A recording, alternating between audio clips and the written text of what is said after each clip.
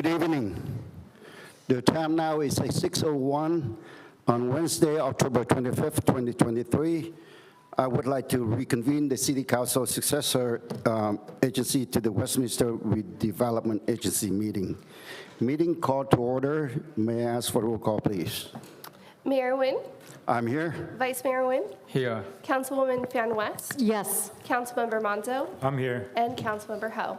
Here. Mayor, you have a quorum. Thank you. Salute to the flag by Councilmember Fan West today, and invocation by Councilmember Kimberly Ho. Please stand. Thank you. Before we salute this flag, I just want us to remember those that fought for this flag so we can be free. And I would love for you guys to honor this flag with me and salute this flag. Ready? I pledge allegiance to the flag of the United States of America and to the republic for which it stands, one nation, under God, indivisible, with liberty and justice for all. Please remain standing, bow your heads. Heavenly Father, we ask for your guidance as we meet tonight to conduct business of our city government. Help us keep in mind that we are here to serve the people of Westminster and enable us to make our decisions so that we may do what is best for all of the citizens we represent. Amen. Please be seated. Thank you very much. Thank you to Councilmember Frank West and Councilmember Kim Ho for salute to the flag and invocation. Next is City Attorney closed session report out, please. Thank you, Mayor and Council. We had two items on the closed session agenda. The council discussed each one and provided direction, and there's nothing further to report. Thank you. Next is export communications. Anything from the council? Seeing none, hearing none, so moving on to City Clerk report, please. Thank you, Mayor. Ordinance number 2605, amending the Westminster Municipal Code relative to oral communications at council meetings, was approved and adopted during the September 13th City Council meeting. The following changes will be implemented at this meeting and moving forward. Oral communications for agenda items will be taken at the beginning of the meeting. The speaker slips will remain green. Oral communications for non-agenda items will be taken at the end of the meeting. The speaker slips will be yellow. As a reminder, each comment period will allot 3 minutes per speaker. That concludes my report, Mayor. Thank you very much. Next is City Manager report, please. Thank you, Mayor, members of the City Council, and everyone in attendance tonight. Just a few things to report on. So first of all, this coming Saturday, did you know, according to the Drug Enforcement Agency, 60 to 70% of teens report using their home medicine cabinet as their source for drugs? Well, this Saturday from 10 a.m. to 2 p.m., the Westminster Police Department will be participating in the National Prescription Take Back Day event. In partnership with the DEA, our personnel will be on site at the City Hall parking lot for citizens to bring unwanted, unused, and expired prescription medication for disposal. This event is free and anonymous, no questions asked. Please be aware that no sharps, marijuana, liquids, or pressure canisters will be accepted. Again, that's this Saturday, October 28th, 10 a.m. to 2 p.m. Also in PD, PD will be hosting a crime prevention workshop, free workshop, taking place on Wednesday, November 15th, from 6 to 8 p.m. at the Westminster Police Department. Key topics will include local business, tips, deterrent strategies, and crime trends. And for residents, securing home and belongings, crime trends, and being on guard and being vigilant. It's always best to be safe and be smart. If you're interested in attending this event, all attendees must RSVP by November 11th, and to RSVP, you can email Commander Scott Gump at S as in Sam, Gump, G-U-M-P, at westminster-ca.gov. This Friday, we'll be hosting our Halloween Spooktacular right here at our Civic Center. This is going to be the second year that we're hosting the trunk or treat over at City Hall. Make sure to join us in all the fun. We will have close to 50 trunks. Trunk or treating will begin at 4:30 p.m. And right after trunk or treat, we'll be showing the Super Mario Brothers movie at 6:30 p.m. There will also be a ghost hunt, win prizes. There's a free photo booth, Candyland maze, and a haunted hallway hosted by the police department. We're also celebrating Dia de los Muertos with community ofrendas decorated by various groups. And of course, we'll have food on hand available for purchase. I believe we have 2 food trucks and Auntie Anne's pretzels. So we hope you can make it out. Last year was a great success. This year it's bigger and better. And then our senior center, of course, the most festive folks around, they'll be hosting their seasonal lunches from 11:30 a.m. to 1 p.m., featuring live entertainment on Tuesday, October 31st, for a Halloween luncheon and costume contest. And then on Thursday, November 9th, they'll have a Veterans Day luncheon. Tickets are $5. However, Veterans Day lunch is free for veterans. And to purchase tickets, please call the Senior Center at 714-895-2878. And of course, as we have always said, our seniors love to party. Veterans Day coming up, we have our veteran signs, Proud Veteran Yard signs available this year again. If you're interested in picking one up to place in your yard, contact Community Services and Recreation at 714-895-2860 for more information and to reserve your sign. If you need one delivered, please give Community Services a call. And of course, the Tet Parade is just around the corner. Year of the Dragon is approaching, and the parade will be held on Saturday, February 10th. Opening ceremony will begin at 8:30 a.m., with the parade starting at 9:30 a.m. Parade entry applications and sponsorship opportunities are now available on the website, so sign up now to secure your spot. And if you have any questions, please call our Community Services and Recreation Department. We've had a couple of exciting events that recently took place. Last week, our first pickleball courts opened, and we had a ribbon cutting for those pickleball courts over at Sigler Park. So we're really excited to support what is the fastest growing sport in the nation for the past few years. And then this morning, we had a ribbon cutting ceremony for the Garden Grove Complete Streets improvement along Garden Grove Boulevard, in which we celebrated improvements to the street as long as new bikeable and walkable lanes that are separated from the street. So we're really excited about that. It is a great event and a great turnout. So congratulations to staff, council, and the community for these milestones. With that, that concludes my report. Thank you very much. As you can hear from the report, another big and better event coming up from the city.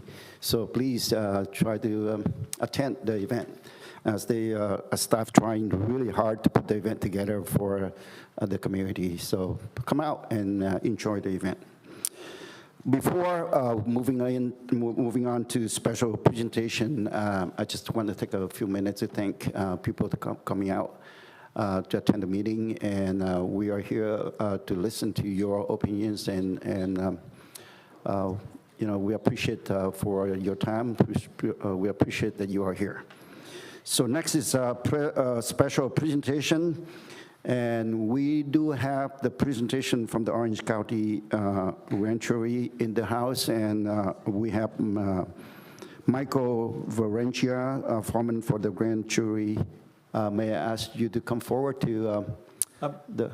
Before we do that real quickly, did we have the one item we needed to walk onto the agenda? I want to make sure we get that. There was, if I could, very quickly. The other presentation?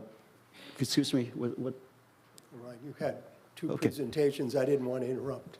No, right now, he's asking for if there's a walk-on item. There was one item we needed to add to the agenda real quickly. Do we want to And do this was that? an urgent item because the event takes place before the next council meeting, and it relates to the Extra Mile Day proclamation. So we need to get that, and they wanted to have it before the event. So you want to go ahead and add to the agenda today? Yes, if we could go ahead and get a council approval to add the walk-on item. I'll get a motion in a second. This is to approve the proclamation request for Extra Mile Day, which is on November 1st. This request will be, the proclamation will be emailed to the organization for their event, and we would need to do so today in order to make their event, since our next meeting is November 8th. Move to approve. A second. So I have a motion made by Mayor Nguyen and a second made by Councilmember Ho. I'll go ahead and call roll. Councilman Fan West, Yes. Councilmember Monzo, Yes. Councilmember Ho, Yes. Vice Mayor Nguyen, Yes. and Mayor Nguyen. Yes, Motion carried. thank you very much. And that added the item to the consent calendar is item 3.8. Yes. Right. Okay, now it's your time. Thank you very much. Great. Thank you for very much. representing Before I the, start this, Mayor, I wanted to thank Chief Lenny and Westminster Police Department for assisting my wife and I to reconnect an 80-year-old homeless woman with her son who lived up in the LA area. Commander McCormick and the HLOs, in less than 24 hours, located the woman's son, who was able to drive down and take her back with him. And I haven't been able to see you, so I wanted to thank you so much for that woman. let's put our hand together and thanks them for that. Thank you. For those that actually don't know me, my name is Michael Berengia. I'm currently the foreperson of the 2023-2024 Orange County Grand Jury. And because applications are now being accepted for next year's grand jury, the Recruitment and Orientation Committee is trying to hit the city councils and local civic organizations to get the word out. I have another one of my panel members here with me, Mr. Steve Ballack, who's the committee chair for the Recruitment and Orientation. The grand jury is made up of 19 members of the public who have applied to do this one-year term of service for the grand jury. The members of the grand jury, applications are taken from all over Orange County, and they are broken down into the 5 supervisorial districts. So they take the entire applicant pool, break that down into 18 members from each of the 5 districts, and start from there. Out of those 90 members, there's financial and criminal background investigations done. There's live scan fingerprinting done. You also have to sit through an interview with 2 judges. And then those judges that did all the interviews get together and they focus on 30 final members of the grand jury pool. Out of those 30 grand jury applicants, your name is drawn randomly, literally out of a bingo hopper. They put your name in there and they are drawn one at a time. The first 19 are the sitting grand jury. The next 11 are the alternates in order of their names being picked. The grand jury generally focuses on civil investigations, reporting on the affairs of government. Normally that pertains to county government, but there are certain things about city governments, school districts, and special districts that can be investigated and reported on by the grand jury. If you're familiar with what's going on in Anaheim right now with their city council, that stemmed out of a grand jury investigation and report from, I believe it's 2 years ago. That FBI investigation is still going on. So grand jury reports can have a tremendous impact on local government, whether it be county or city governments, depending on what is investigated and what reports are written. As far as the city governments, that would generally focus on your procedure, not so much your policy. The grand jury can't dictate how you set your policy, but they can dictate on procedure. For this particular grand jury, if you go back a few years in the sale of Liberty Park, that might have turned into a grand jury investigation and report if somebody had notified the grand jury at that time. I don't know whether they did. But this is currently my 3rd time on the grand jury. This time I'm the foreperson. What we are trying to do is get council members, maybe on their page or other government entities, to get the word out, to get residents to apply for the grand jury. what they try to do is they get a cross-section of members of the entire county. And what you'll normally see on a grand jury, you'll see engineers, attorneys, people that came out of corporate leadership, education, law enforcement, and those who generally have a good background in civil activity, whether it's city or county level. So this current grand jury panel has a tremendous amount of experience of those that sit on it. And what we are asking, let your friends know, let your neighbors know, if you belong to civic organizations here in the city, pass the word along. The application process is going to be open till, I believe, January 12th, as long as they get enough applicants. If they don't, they will extend it another 2 to 3 weeks to try to get more applicants. So we're asking your assistance in letting everybody know and try to get the word out to get people to apply. Thank you very much, Mayor. Thank you, Council. I appreciate that. Thank you. Mr. Manzo, did you Yes, have a question? yes, not a question, just a comment.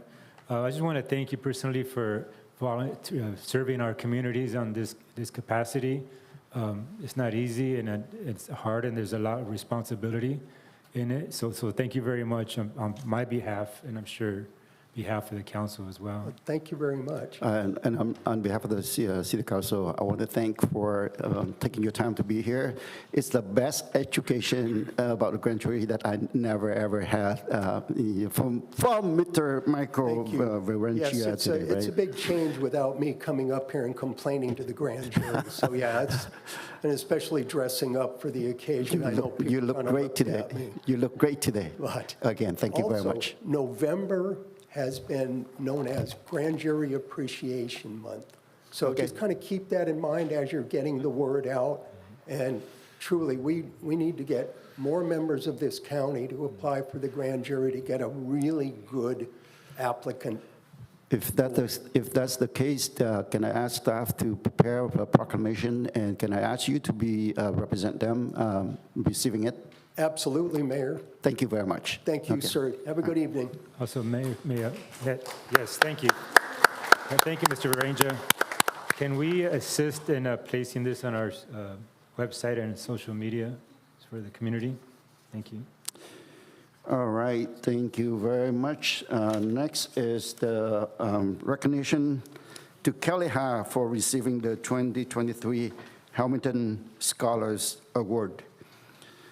So this is the 18th year the award has been presented nationally by Excellence Alexander Hamilton Scholars, a 501c3 nonprofit organization inspired by Hamilton legacy by leadership through service. The AHS, which is represent for the Alexander Hamilton Scholars, empowers their scholars to succeed in college and career. Winners of Hamilton Scholars Award are high achieving, service-oriented high school juniors who embody Hamiltonian principles of character and leadership through service. We are excited to recognize the achievements of our young people and help them develop their goals to become the leaders of tomorrow.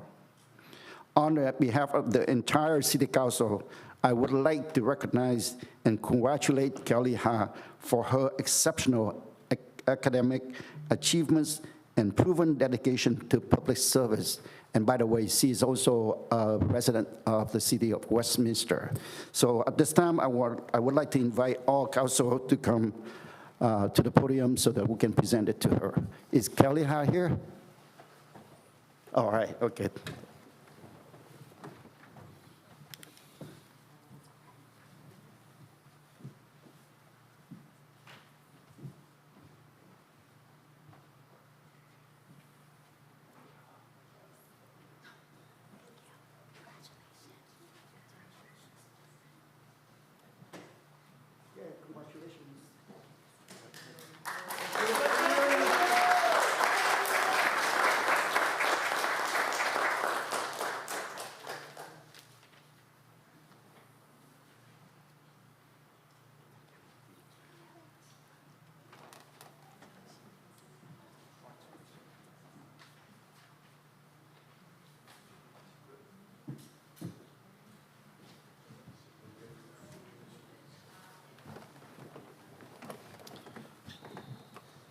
Sure enough, we're proud of our young people, students who achieve higher academic achievements so exceptionally.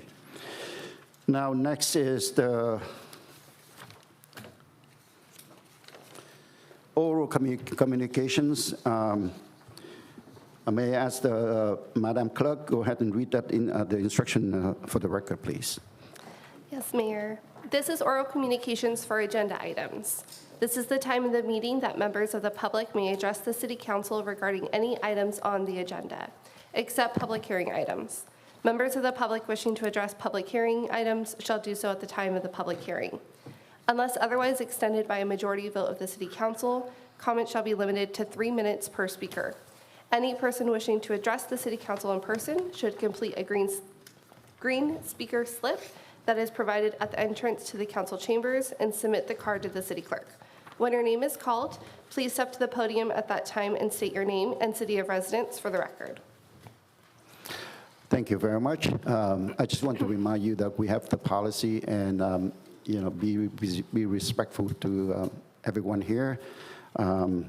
When it's your turn, then go ahead and present yourself, and you have the 3 minutes time frame, or if you have interpreter, then it will be 6 minutes. It's a little bit changed this time, as Madam Clerk already mentioned at the beginning, that for starting from this meeting, you know that we passed the policy a few months ago, and it's going to take effective today, that for non-agenda items is going to be at the end. We are going to take care of the business first. So for those who come out, want to talk about the agenda item, then you can do it now. May I remind you that if you are going off the subject, talking about non-agenda item, then I have to interfere and intervene and make sure that guide you, because it's being fair for everyone. You know, if I let you do it, then I have to let other people do it. So we have a policy that I have to follow. So may I ask for the first speaker, please? Our first speaker is Dow Tran.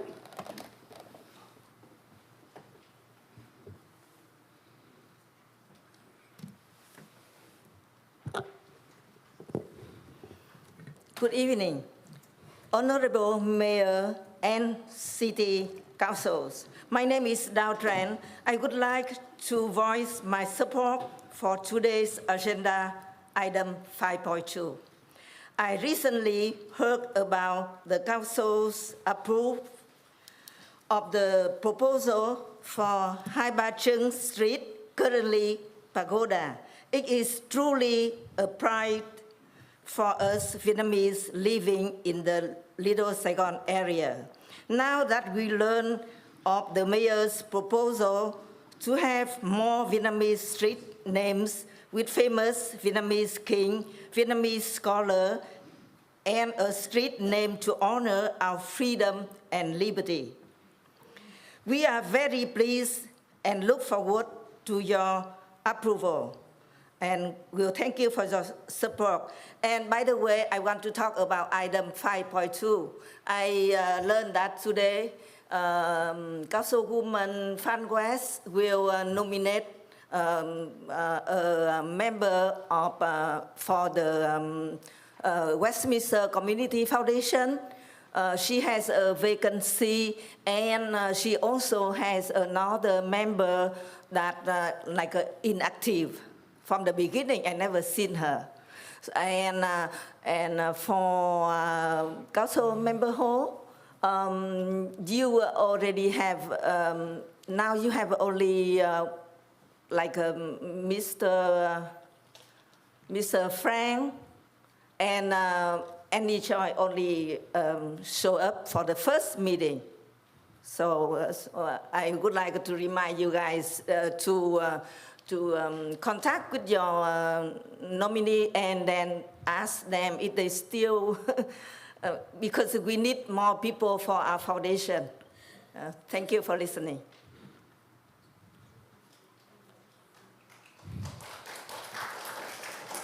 Our next speaker is Tina Chow.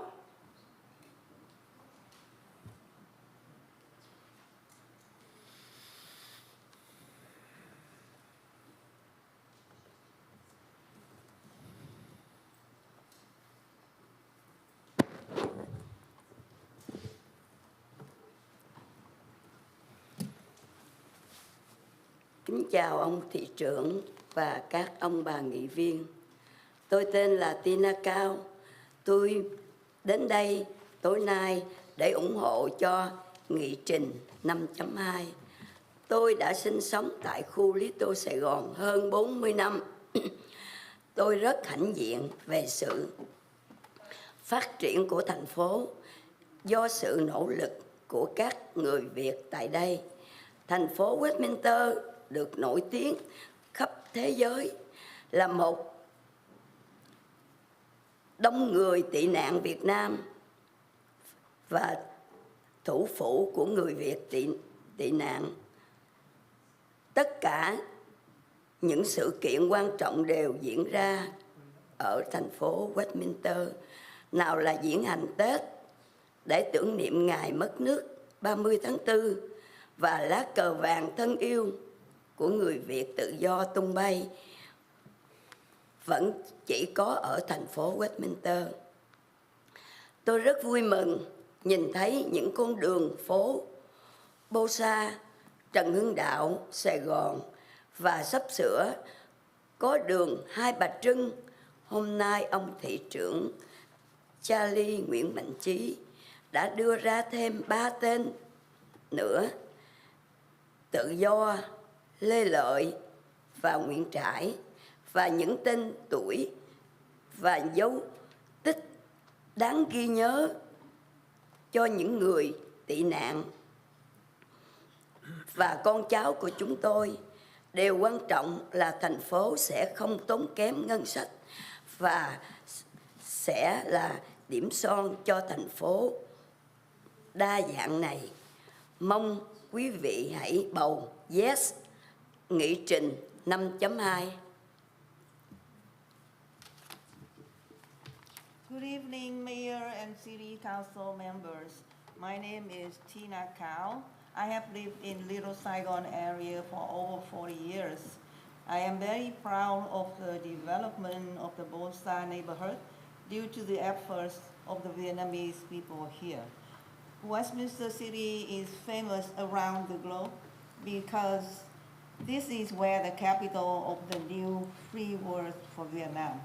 Most of all, but if not all of the important events to the Vietnamese refugee happening in Westminster, like the New Year's Dates Parade, the Black April Remembrance, and the yellow flags of the Republic of Vietnam can fly freely in the city of Westminster. I am so content and joyful to see Bosa Trần Hưng Đạo, Saigon. And coming soon will be Hai Bà Trưng Street. Today, Mayor Charlie Nguyen Mạnh Chí has brought in this agenda item 5.2 to redesignate 3 more street names with famous landmark and famous Vietnamese heroes like Lê Lợi, Nguyễn Trãi, Tự Do. This addition will add the memorable name and traces for Vietnamese refugees and our descendants.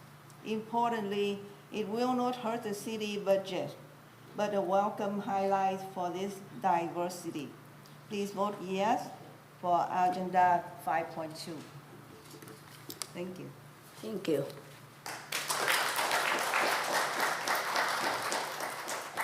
Our next speaker is Monique Nguyen.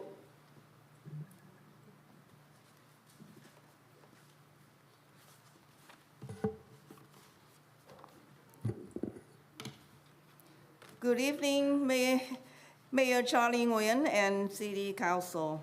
My name is Monique Nguyen, and I would like to voice my opinion on item 5.2. Thank you, Mr. Mayor and City Councils, for always thinking of our people in Westminster City. This area is also known as the Little Saigon capital of the Freedom of Vietnam. We think it is appropriate and commendable to add Vietnamese street name to the roads surrounding this place. This well-known area of Little Saigon in Westminster is frequently visited by people all over the world. The city will be benefit from tourism. When visitors come to Westminster and visit Little Saigon, they will see and feel their beloved country embracing them, but with a feel of freedom. This project only adds benefit to the city of Westminster, and the beauty is it doesn't cost the city a dime. We look forward to your city council's response and approval for this project.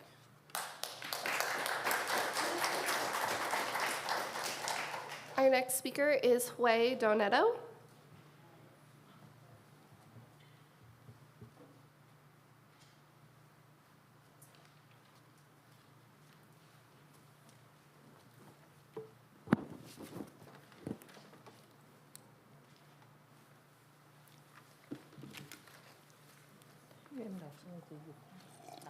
Dạ rồi. Kính thưa ông thị trưởng, các nghị viên, các nhân viên thành phố và tất cả mọi người đang hiện diện ngày hôm nay. Tôi tên là Huệ, tôi đã từng sống trong khu chung cư gần trên đường Moran, Bishop trong khu Lễ Đồi Sài Gòn. Thành phố Westminster được đánh giá là một thành phố đa dạng hóa với những khác biệt văn hóa. Việc thiết kế lại các đường mới này sẽ tăng thêm giá trị cho thành phố có truyền thống đa dạng và văn hóa. Tôi rất vui mừng và hãnh diện nếu có được thêm tên đường tiếng Việt. Khu này hầu hết là cư dân người Việt. Chúng tôi rất vui khi ra vào thăm hỏi nhau với tình đồng hương bằng ngôn ngữ mẹ đẻ. Nay nghe dự tính có tên đường Việt Nam, đó là điều mong ước của chúng tôi. Tôi thiết tha được sự ủng hộ của ông thị trưởng và các ông bà nghị viên. Cảm ơn.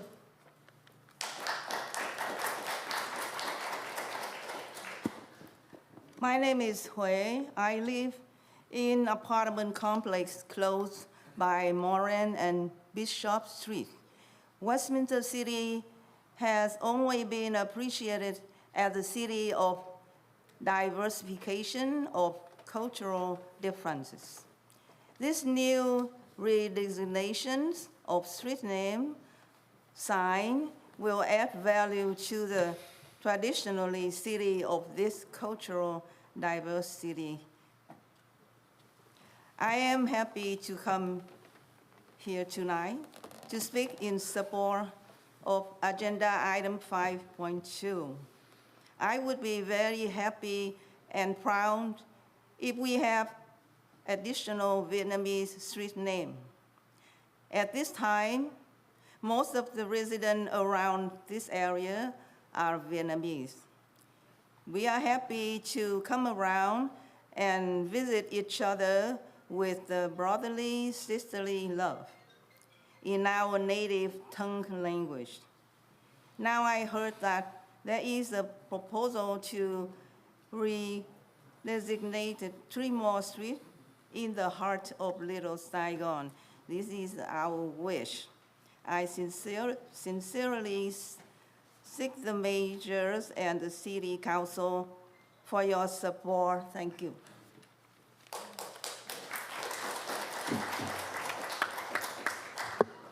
Our next speaker is Nyat Lin.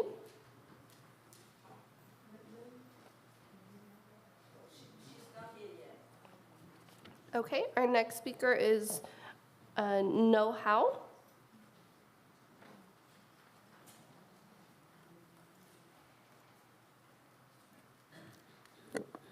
Beautiful dress.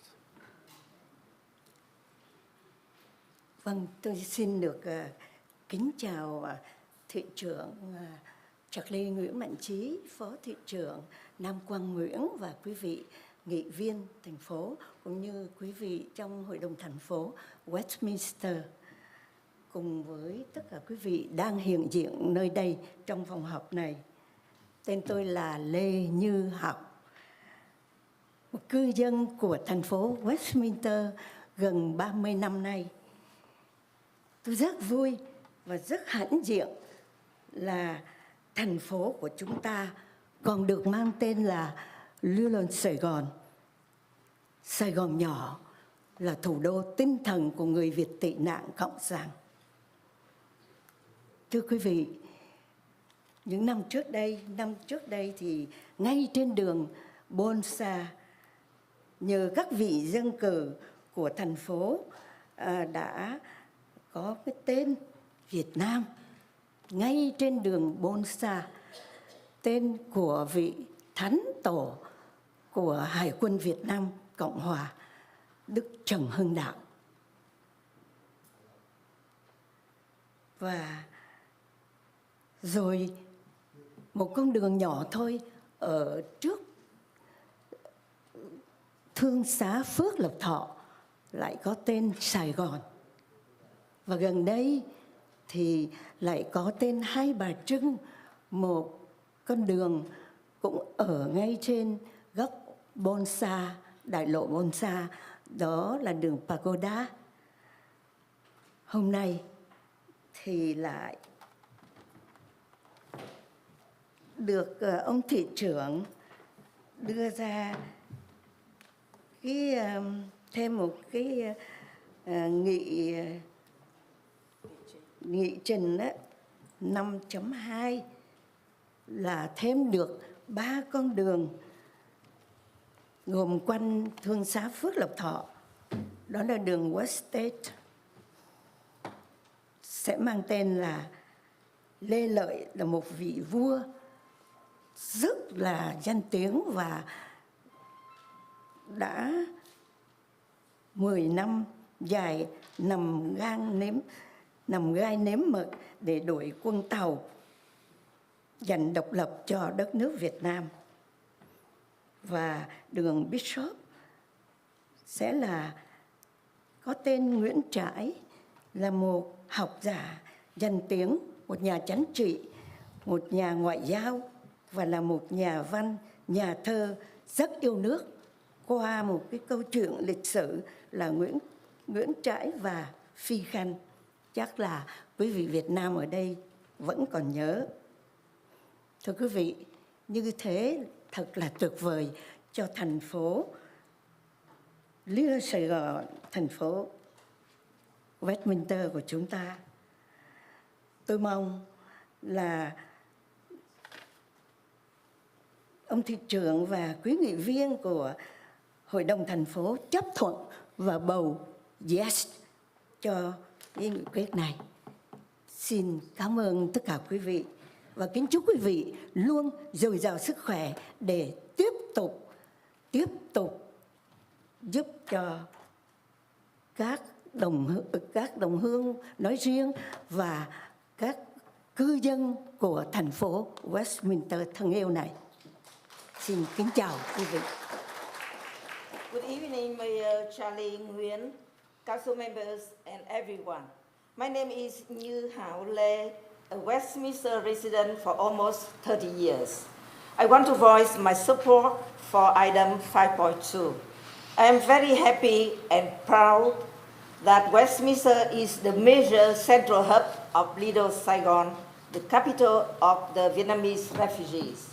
The city of Westminster has embraced the Vietnamese refugees, and in return, we have helped to contribute to Westminster's prosperity and development. In recent years, right on Bonsa Avenue, there are street names proudly on display such as Trần Hưng Đạo and Saigon. Hai Bà Trưng street sign has been approved and on the work. Today, the mayor brought up the proposal to add a few more street signs with the heroes of Vietnamese people like King Lê Lợi, who fought for Vietnam freedom from China, and Nguyễn Trãi, who was a famous man with many talents, for he was a scholar, a politician, a diplomatic, a writer, and a poet. And how appropriate it is to add a street name Tự Do, meaning freedom, to modern street. How wonderful it is to Little Saigon and the City of Westminster. I do hope for the mayor and council vote yes to approve this agenda item 5.2. Thank you and good night to all.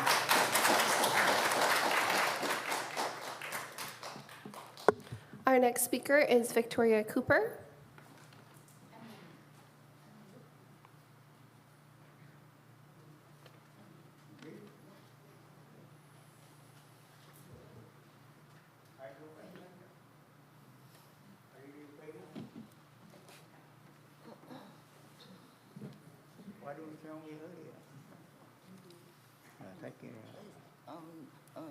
Mr. Hùng help me translate, help me. Yeah. Thank you so much.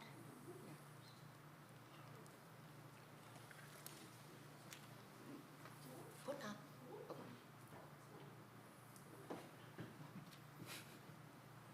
I am Victoria Cooper. Tôi là Victoria.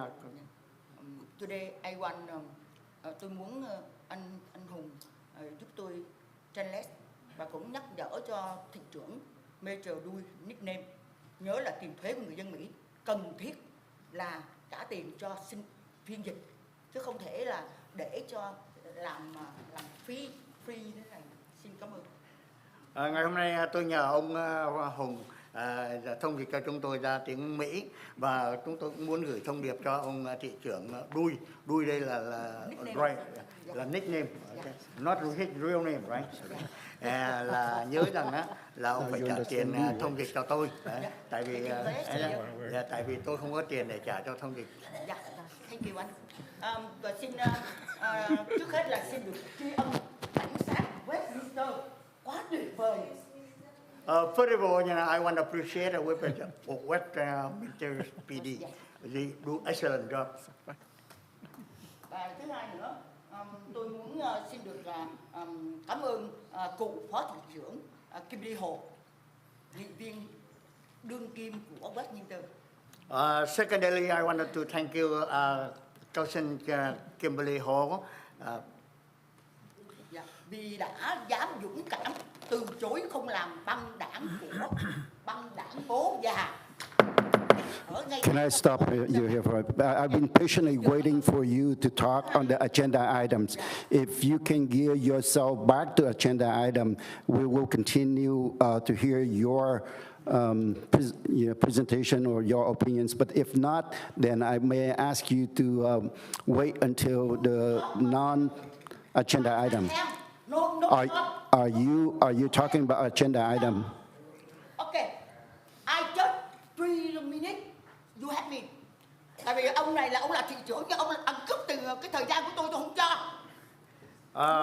Now, first of all, I cannot translate her comment because the mayor not allowed to do that. But however, she said that don't steal her time. I'm not going to steal your time.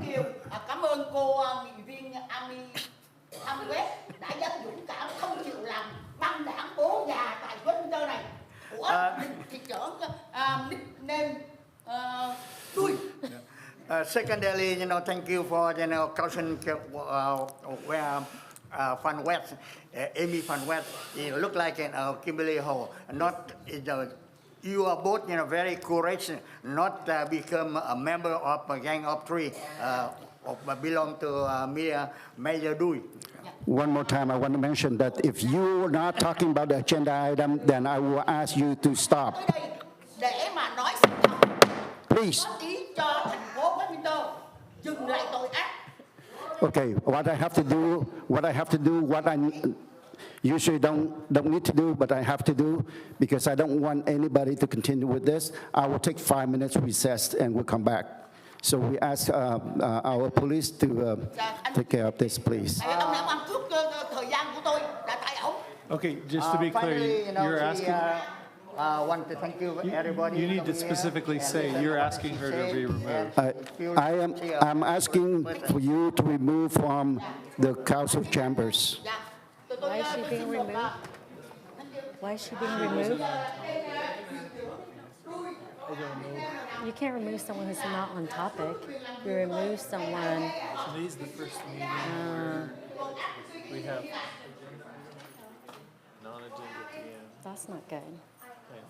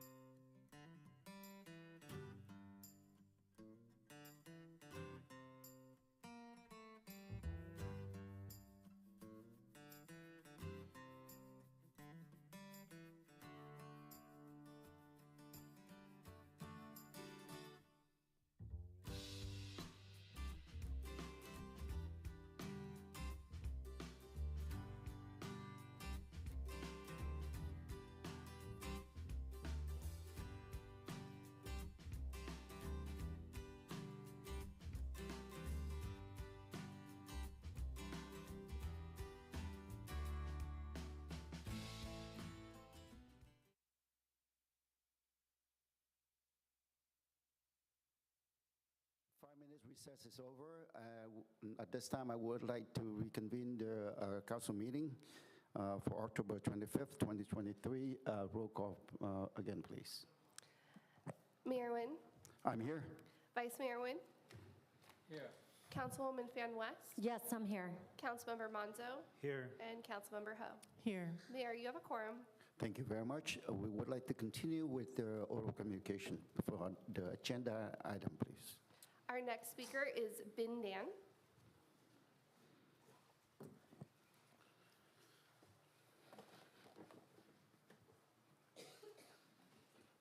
Good evening, Mayor, and Councilwoman and men, the city lawyer, and ladies and gentlemen.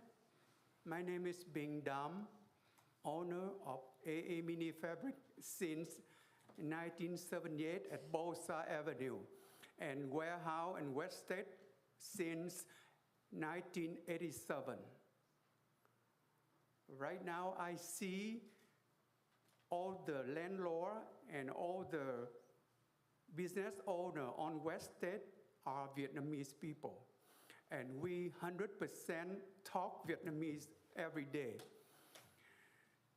And 95% is Vietnamese customer. We talk Vietnamese.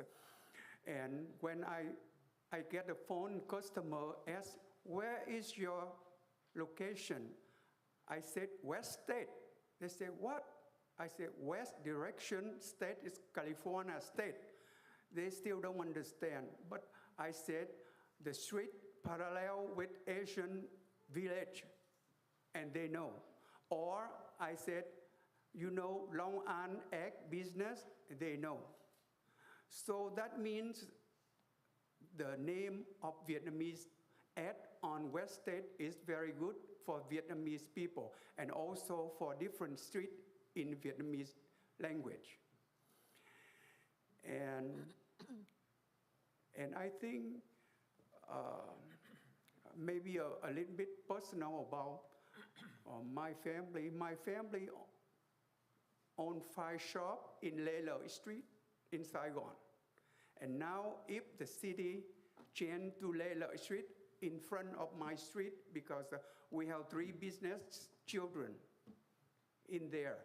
And I hope if the day you change the name of the sign, I will bring my mom, 99-year-old, here, and to witness the successful of the children come to USA and achieve what she have in Saigon. It's 47 years ago, and she will happy it before she die. Thank you very much. Our next speaker is Thomas Dam.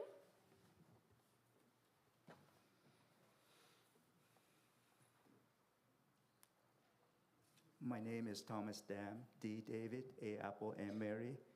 I own a store at 15075 West State Street for 28 years. We're making balut, which is the eggs. And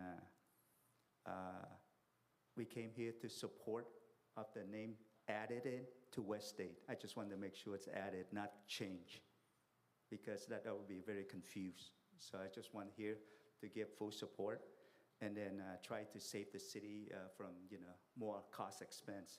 Because 16 years ago, I had a bad experience with the city of Westminster, where they put the landscaping on Bosa Avenue in the middle, and it cut off. If you were going from going east on Bosa Avenue, the trucks cannot turn into West State. And then it cost the city almost $35,000 to take out the landscape and then put the left lane change for the trucks. So because West State's an industrial complex, so it needs trucks and driver go in there for delivery and pickups. So we're here to save the city money. So we are thank you for having public comments. That's all, and then we are favor of the name change. Thank you. Our next speaker is Charles Delaria.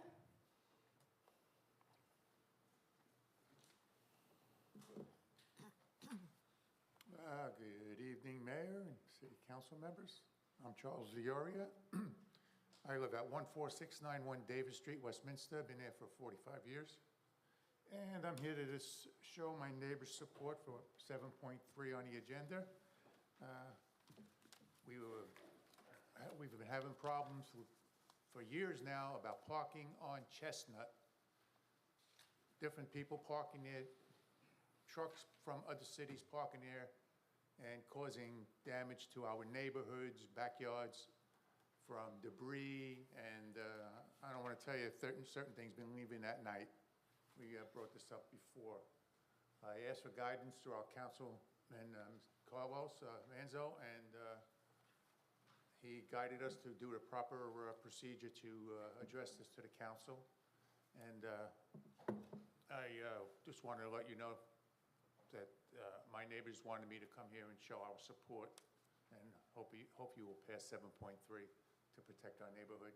I already spoke to, a long time ago, to Councilwoman Ho about this when she was campaigning in the area also. So I hope you consider our request. Thank you very much. Our next speaker is Terry Raines.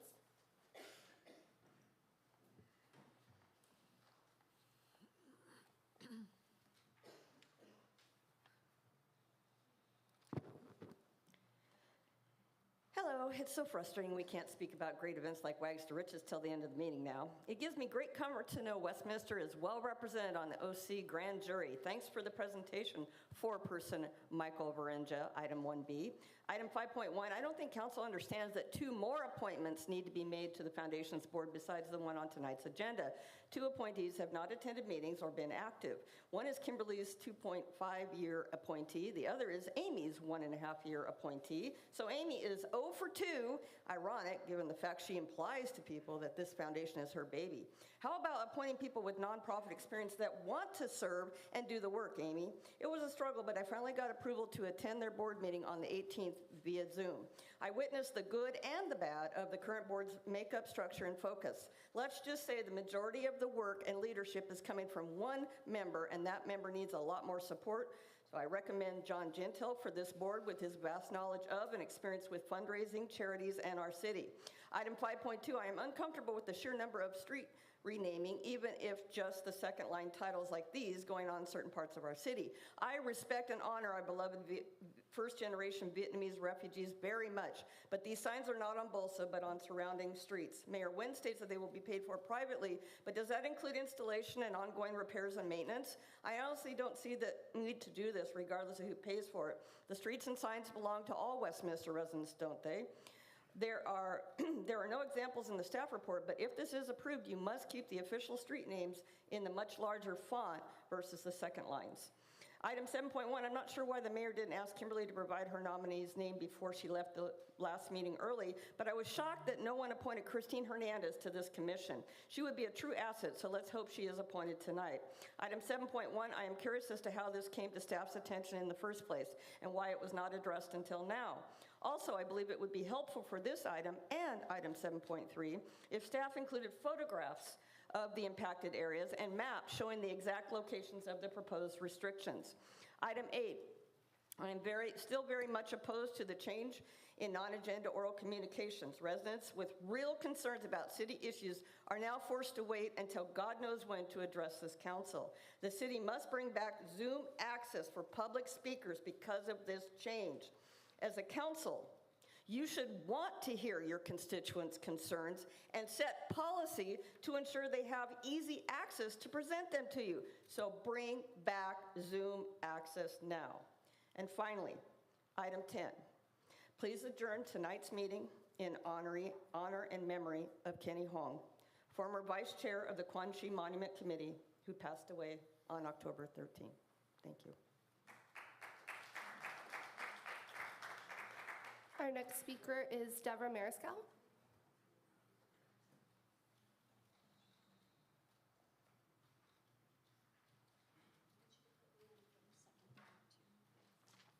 Good evening, Council.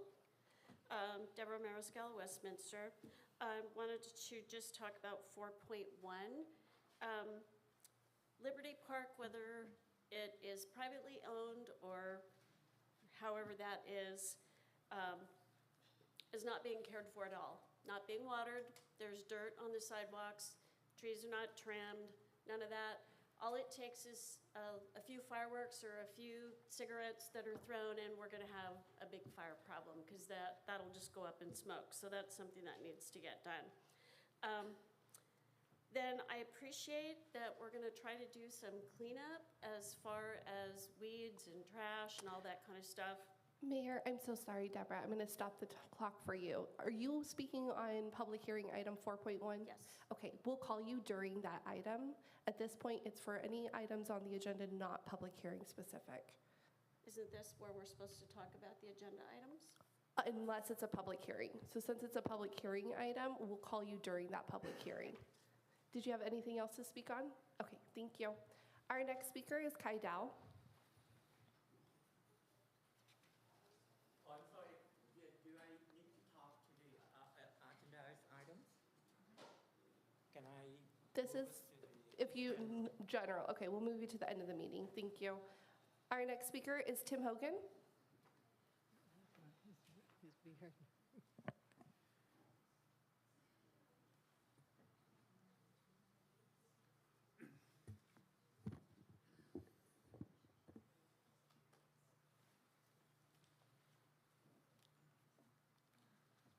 I have no objection to item 5.2, redesignating street names in select portions of Little Saigon. The name of the street remains unchanged. There's only an alternate name included in Vietnamese. With no financial impact on businesses along these corridors and no cost to the city, what's to object? I do question how this might impact emergency response. As Vietnamese speakers in the neighborhood become accustomed to the new names, how will they avoid using them in an emergency? With no Vietnamese speakers manning the 911 lines, the possibility of confusion arises. Precious moments could be lost as frantic callers don't provide the primary street name. It could prove minimal, and I hope my fear is all. But if those who desire this change don't mind this potential disruption and the conceivable loss of homes, businesses, and possibly lives, who am I to deny anyone the fun of alternate names for common landmarks? I am somewhat confused, however, by the double standard here. These street signs can be changed and done so at private expense, but our similar years-long efforts in Indian Village to install, update, and modify signage have been consistently denied. Many times we offered to pay for this with private funds, yet our offers were turned down. Time after time, we were told this could only be done with public money. It had to be city-funded. Many of us in the village are confused. Our signs were for traffic control, to reduce the number of accidents, to spare limbs, to save lives. In comparison, these new lines proposed for Little Saigon are a vanity project. How much better would it be if this council truly devoted itself to the business of the people? Given this effort to get public financial support for what should be a city responsibility, it is vitally important for this council to address with unswerving focus the fundamental issue we face, our imminent bankruptcy. For example, it's been 6 weeks since we had not one, but 2 remarkable presentations on cannabis stores, yet the council has made no effort to publicly address the merits of this idea. We most assuredly need to move this conversation forward, else we find ourselves forced to seek tax increases as our only salvation. Let's move beyond the devil's weed nonsense, or worse, the argument it was once illegal and should so remain. This city is home to liquor stores and saloons, which have had a spotty past and continue to contribute more than their share of problems. And it's not just booze. We have strip joints here and tattoo parlors, establishments once outlawed in all but the seediest cities. Payday loans are permitted here. These used to be illegal and still are in 13 states. By God, we have pool halls in Westminster, and anyone who's ever seen The Music Man knows what trouble they can be. Let's pull our heads out of the past and face the realities of the 21st century. Let us boldly confront our financial troubles with clear eyes and a level head. Maybe then we can get around on our city on fully funded modern streets. Thank you. Our next speaker is Lee Nguyen. The next speaker is Lee Nguyen first, and then we have Nat. No. I'll go ahead and have, I'm sorry? Lee Nguyen, I don't see her though. I'll go ahead and have Nat come up. Nat Lynn?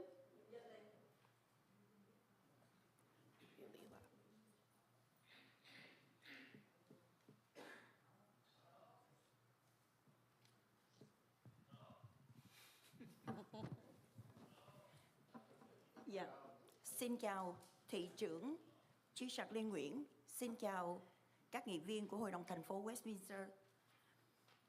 Là một người Mỹ gốc Việt, tôi xin bày tỏ lòng biết ơn Hội đồng thành phố Westminster đã dành nhiều tình cảm cho cộng đồng người Mỹ gốc Việt, đã góp phần xây dựng nên một Lido Sài Gòn như hôm nay. Đã có nhiều dấu tích về lịch sử Việt Nam, về chính thể Việt Nam Cộng Hòa lưu lại nơi này, để các thế hệ người Việt tị nạn hoài niệm và nhớ về tổ tiên một cách tự hào.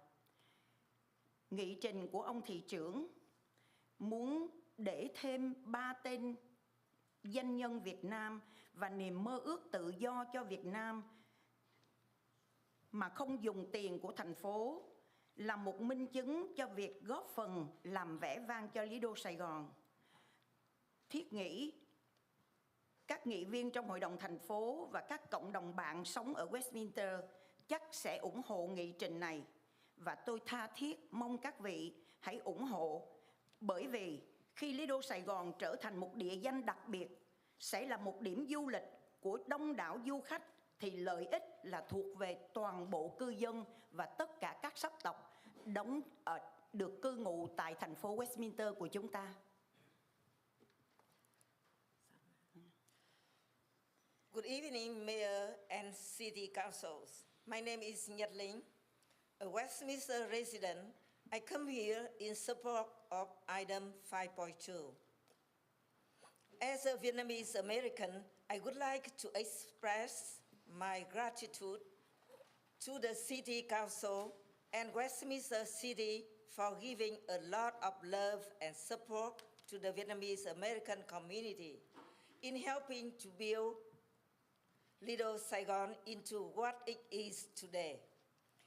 There has been many traces of Vietnamese history and the Republic of Vietnam regime left here, so that generations of Vietnamese refugees can reminisce and remember their proud ancestors.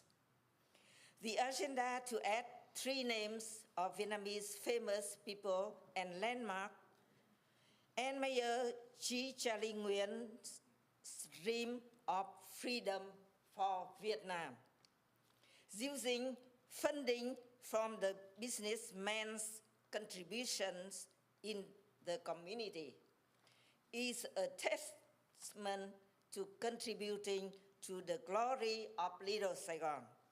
I think that the City Council and a lot of people living in Westminster will and should support this agenda. Because when Little Saigon becomes a special place, a tourist destination for tourists, the benefit belongs to the entire population. The city will reap the benefits in the end. Thank you. Xin cảm ơn. Mayor, we have no further speakers. Do we have anybody else that have signed up and have not got the chance to speak? I think we have one there.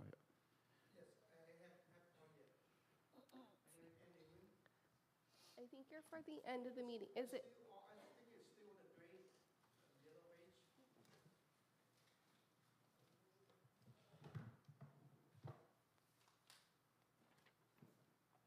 Are you speaking on an item on the agenda?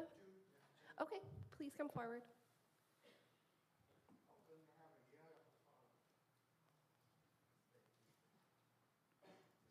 Good evening, Mayor and all City Council and officer and ladies and gentlemen.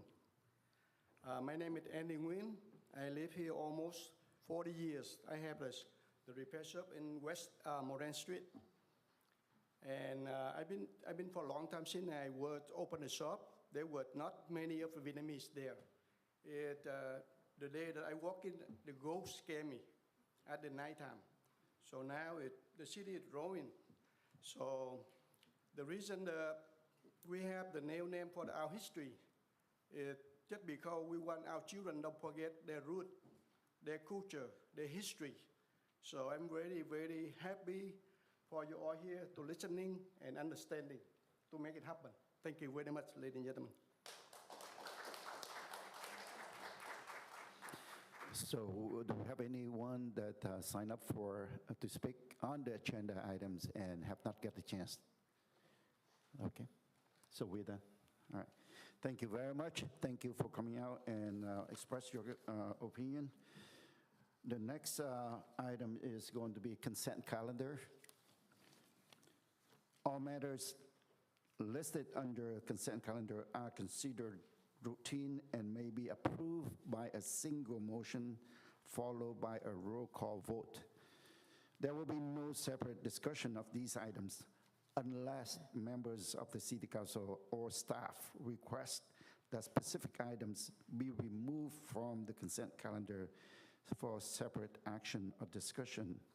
Before I entertain for a motion, I just want to remind that we have one item added, work on, and it's going to be added to the consent calendar. And if you move to approve, you agree to move to approve with that item too. Motion to approve, Mayor. I need to pull a couple Okay, items. go ahead. Yeah, I would like to pull item 3.1 and 3.5. 3.1, 3.5. Any others? Okay, hearing none, so I would like to go back to the motion maker. Are you okay to move to approve except for item 3.1 and 3.5? Yes, Mayor. Amend my motion to approve. What about second? I second. No. I second. Who was, I second. you were I'm second. fine. Are you okay with that, right? Yes, yes. Okay, all right. Okay, so we have motion and second on the floor except for 3.1 and 3.5. Roll call vote, please. I have a motion made by Councilmember Monzo, a second made by Councilmember Ho. This is to approve the consent calendar with the exception of item 3.1 and 3.5, which has been pulled for a separate discussion, with the addition of item 3.8, which was the walk-on item for the approval of a proclamation. I'll go ahead and call roll. Councilwoman Fan West? Yes. Councilmember Monzo? Yes. Councilmember Ho? Yes. Vice Mayor Nguyen? Yes. And Mayor Nguyen. Yes. Motion carried. Okay, go back to 3.1 minutes of the City Council and successor agency to the Westminster Redevelopment Agency. This item pulled by Councilmember West. Thank you, Mr. Mayor. So 3.1, the last page, number 8, under report AB 1234. Ashton, I just feel like the report, maybe there's a mistake on there. Under paragraph 2, Councilwoman Amy Fan West comment, recent community events. I want to make sure that you get it correctly. I comment on the meet and greet, coffee meet and greet for the police and K-9. So if we can change that. Also, report recent attendance at the 2023 annual conference, the League of California Cities in Sacramento. What I addressed was homeless. I asked our California legislature on homeless issue and what the state would do to solve that problem. And then also at the end, and voice her opinion there, it should be support. Not on current war in Israel, but actually this is my comment from last meeting, and I want it to be noted correctly. And I voiced her support for Israel, and I condemn the Hamas action, and that's what I stated, and I want to make sure that's correct. Thank you. Any response from City We will Clerk? go ahead and make those amendments, Councilwoman Fan West, with tonight's approval. So if the council is in support of those amendments, we can go ahead and make those prior to the final adoption. I entertain the motion, if there's any. I second it. No. Oh. Are you going to make a motion to? Yeah, I approve? motion Okay. to approve this. Okay. I second. Okay, a motion and second for 3.1. So I have a motion from Councilwoman Fan West, a second by Vice Mayor Nguyen. This is to approve the minutes with the additional recommendation amendments for October 11th, 2023, closed session and regular meeting. I'll go ahead and call roll. Councilwoman Fan West? Yes, before I say yes, I want to let you guys know that I stand by my word when I make any decisions, so I want to make sure it's reported correctly. So thank you so much. Yes. Councilmember Monzo? Yes. Councilmember Ho? Vice Mayor Nguyen? Yes. And Mayor Nguyen. Yes. Motion carried. Okay, next item is 3.5. And 3.5 is notice of completion for the work performed by Casa Construction, Inc. for the Garden Grove Complete Street, project number P-2534, federal aid project number ATPL 5338. Go ahead. Thank you, Mr. Mayor. So on item 3.5, I did meet the Casa Construction Corporation today. Those guys are amazing. I appreciate their work in, like beautifying our city with the landscaping. They did an amazing job, 110% on that area. I think that's great. Now, the one concern I have, because resident in that area off of Garden Grove Boulevard, they have brought to my attention that the line that was drawn on Garden Grove Street, where people can park their cars, their trucks, they say they've been having problem of parking it where their mirror, they're scared that it would get nipped. And you know what I mean? So I just feel like, I don't know, did you guys do the measurement or whatnot, but it seems like it's smaller than the previous layout of that parking area off of Garden Grove Street. Want me to address that? Go ahead, Jake. Okay, yep. Good evening, Mayor, Vice Mayor, Council members.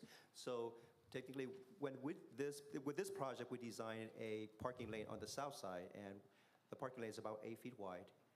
So that was a design.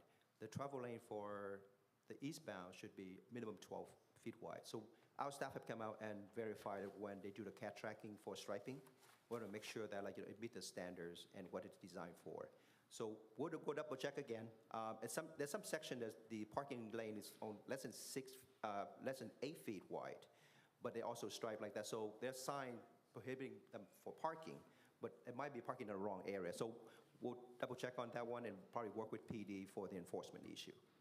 Okay, yeah, because I noticed from Bosa Chica area off of Garden Grove all the way to Edwards. I mean, the resident there has brought to my attention, and even myself, when I drive down that street, I have to merge into the center lane and go over those turtles, the bumps, and, to dodge those trucks because I don't want to nip their mirrors. So I think if you guys can go out there again just to look at it, I don't know what the measurement before in the past, but I remember it was bigger to park, so people have more room to actually park their big trucks. So if you guys can take a look at that. We'll definitely take a look at that and report back to you. Okay, perfect. I got a question. Sir, Mayor. please. On those, the dimensions for that parking, is that a standard dimensions, Jake? Yes, sir. It's 8 feet wide. Okay, and then what about, what is currently, what does the code say about large vehicles parking there on that street? I think the standard parking is 8 feet wide. Is that a pickup truck or is it actually the trailer truck? No, I've seen trucks in the area where, what's it called? The Dillon, like RV, they're selling RVs there off of Springdale. So that area, all the way up to close to Edward, has been a problem. So I don't know if you guys can take a look at it, because you did mention some area is 6 Yeah, it's feet. about 6 foot wide. And it's not enough, but the sign prohibit them to park along that area. Well, we don't see any sign in that area because that's where resident and apartments in the area are parking. So, I mean, if you guys remove that, there's going to be complaints of those who live in that area apartments. Yes, So we don't want to do that. As part of this project, we're not removing any parking spaces at all that we know of. Okay, we're going to have to mention that there's parking vehicles that are for sale, so that is, I'm assuming that is No, prohibited. No, there's normal trucks, like I've seen work If trucks. there's vehicles being sold there, being parked So yeah, there. over the years, we have had complaints of recreational vehicles, work trucks, and just dualies is what I'm referring to them as, the big pickup trucks with the extra tires in the back. But the lane width is 8 feet. It's the standard width and meets the standard, and the lane width is 12 feet. Lane widths can be as narrow as 10 feet, and we'd still be fine. But it's a 12-foot lane, that's the state standard. So the purpose of realigning the roadway, you may have lost a few inches on a lane, but those inches allowed us to create the bicycle facility. So we meet the standards and we created new amenities. Yeah, as long as. So we can't compare an old roadway where we had what we didn't like and want a new roadway, be happy about it, but then complain Yes, that it's not no, wide. I just want to make sure that we're in compliance with the Yes. standards, and if there is vehicles illegally being parked there, then those needs to be addressed and cited, if that is the case. So, okay? Absolutely. Sure. And another question too I have, if you don't mind, Jake. So I noticed the cost for this is $5,777,611.50. Is that correct? Now, do we still owe them? Because with the grant, we don't have enough. Is that correct? No, actually, when this project was awarded by the city council, we have enough money in the fund to pay for the final, even the final number. So we don't owe them anything. Okay, So we have the so- budgets allocated for this project already. Okay. You know, with the pavement, I guess my question is, if maybe you can explain. It looks like, you know, they didn't do a good job, but I know they're professionals. But from what I see with fixing the potholes on that street, Garden Grove, it feels like it might just last for 2 more years, and then we have to have the city, you know, do some pavement again. So can you please let us know Absolutely. more about that? So that project consists of 2 different treatments on, along Garden Grove, Edwards and Trask.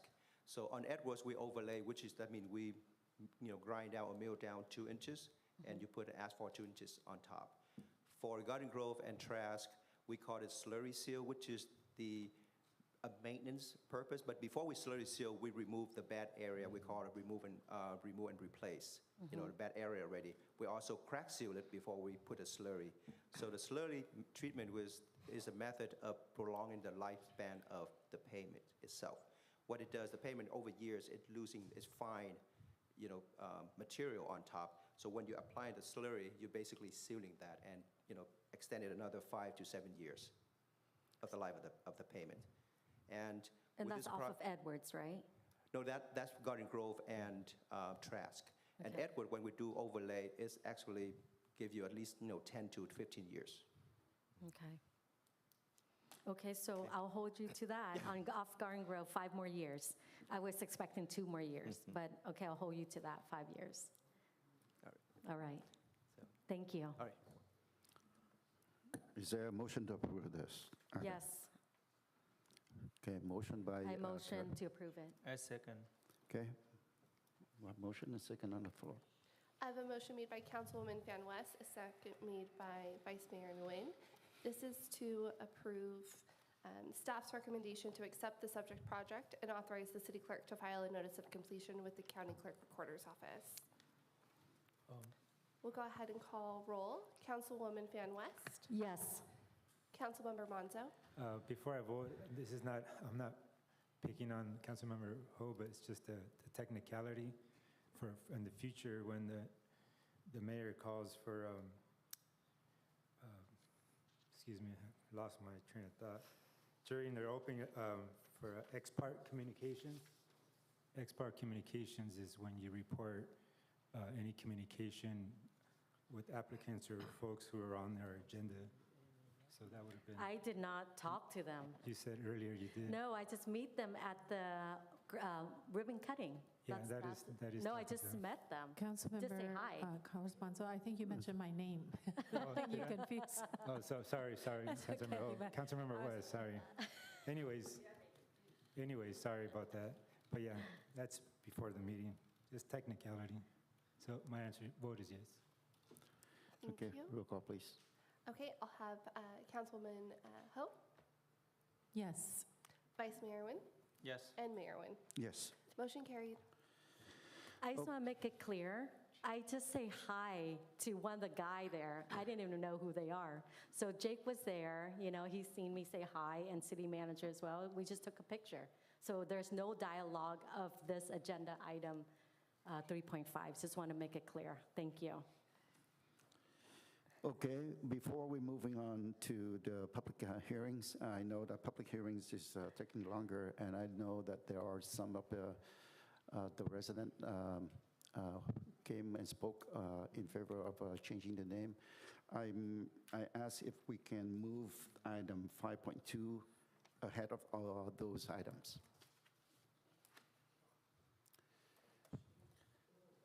I motion to approve, to move it to up before the public hearings. So you did make a motion? Yes. Okay, I second. Okay, so I have a motion made by Mayor Nguyen, a second by Vice Mayor Nguyen. This is to move agenda item number 5.2 prior to the public hearing items. We'll go ahead and call roll. Councilwoman Fan West, Yes. Councilmember Monzo, Yes. Councilmember Ho, Yes. Vice Mayor Nguyen, Yes. and Mayor Nguyen. Yes. Motion carried. Thank you very much. So, ladies and gentlemen, staff and city councils, recognizing the efforts of the Vietnamese community has contributed to the prosperity of the city of Westminster in the past decades, and that they have contributed to the success of our city in terms of economic development, and at the same time preserve their beautiful heritage and culture that make this city more diversified. Therefore, I am honored to propose to add to the following existing street names with famous Vietnamese historical figures and or names that were previously named in the capital of Saigon, South Vietnam, bearing memorable historical traces. It should be noted that the existing street name will not be changed. Will not be changed, I repeat.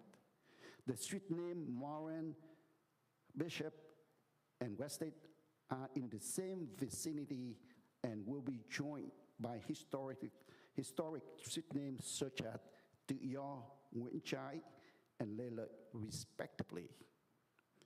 This change does not affect commercial activities other than changing the existing road signs with new signs having two street names. The added Vietnamese street names will be smaller and below the existing street name. This is to answer Ms. Terry Rain earlier.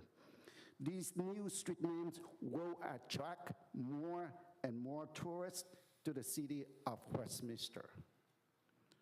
Another important thing that worth mentioning is this change will not affect the city's financial in any way. The city will not incur any cost. All costs will be fundraised and covered by generous donors. The approval of this agenda item 5.2 will be a recognition from the city to the Vietnamese community for its continuous effort in contributing to the prosperity of the city now and in the future. A short version of why I proposed the name, Tự Do, meaning freedom on Moran Street. It's the liberty of thoughts, liberty of speech, and freedom of leading an independent life are the essential of enjoying freedom.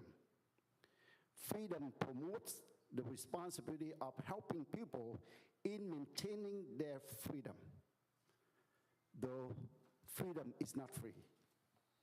But Vietnamese refugees risk their lives in many ways to find freedom and finally founded here in the United States of America and in the city of Westminster. King Lê Lợi is among the most famous figures of Vietnamese history and one of its greatest heroes. He was known as a Vietnamese rebel leader who founded the later Lê dynasty and became the first king of the restored kingdom of Đại Việt after the country was conquered by the Ming dynasty. In 1418, Lê Lợi and his followers rose up against Ming's rule. He was known for his effective tactics, including constantly moving his camps and using small bands of irregulars to ambush the larger Ming forces. About 10 years later, his resistance movement successfully drove the Ming armies out of Vietnam and restored the independence for the Vietnamese people. Nguyễn Trái, penned as name Úc Chai. He was an illustrious Vietnamese Confucian scholar, a noted poet and writer, a skilled politician, and a master strategist. He was at times attributed with being capable of almost miraculous and mythical deeds in his designated capacity as a principal advisor of King Lê Lợi, who fought against the Ming dynasty. He is credited with writing the important political statements of Lê Lợi and inspiring the Vietnamese populace to support open rebellion against the Ming dynasty rulers. He is also an author of great proclamation upon the pacification of the Wu. In Vietnamese, it's called Bình Ngô Đại Cáo. So at this point here, I would like to open for council comment, and I ask for your support to approve this item 5.2. Starting with Council Member from West. Can you come back to me, please? Okay, next is Council Member Menzo. Thank you, Mayor. Thank you for that presentation. Just got a couple questions. Maybe this is a staff question. Is this a request typical in other areas similar to Little Saigon, and like for instance Chinatown or Little Italy or something similar to that? Is that a kind of similar thing you would see there with these folks mentioned underneath the typical street sign? I have never seen it mentioned under a sign, but we've done it in our city before. Okay. And we did it on Bolsa with the general, and it was received very favorably by the community. But we have in those areas, what it is typical is the naming of streets after folks, heroes or something like that. Yes, so like as an example in LA, Brooklyn Avenue, that the street changed the name. They wanted to refer to the old name, so they placed, formerly, actually it's Cesar Chavez, and it's formerly Brooklyn Avenue, right? And other parts of LA will do, or other parts of the nation will do a larger sign for pockets of unincorporated county. In LA, you'll see something that says the name of a street, and then branded underneath, it'll say Florence Firestone District. So it is common. It is common. It just depends on the jurisdiction. Yeah, I think I've seen it somewhere. If you don't mind, can I also add to that? Because there are a number of streets in Texas. They already named, some of these names already on the sign of it. Okay.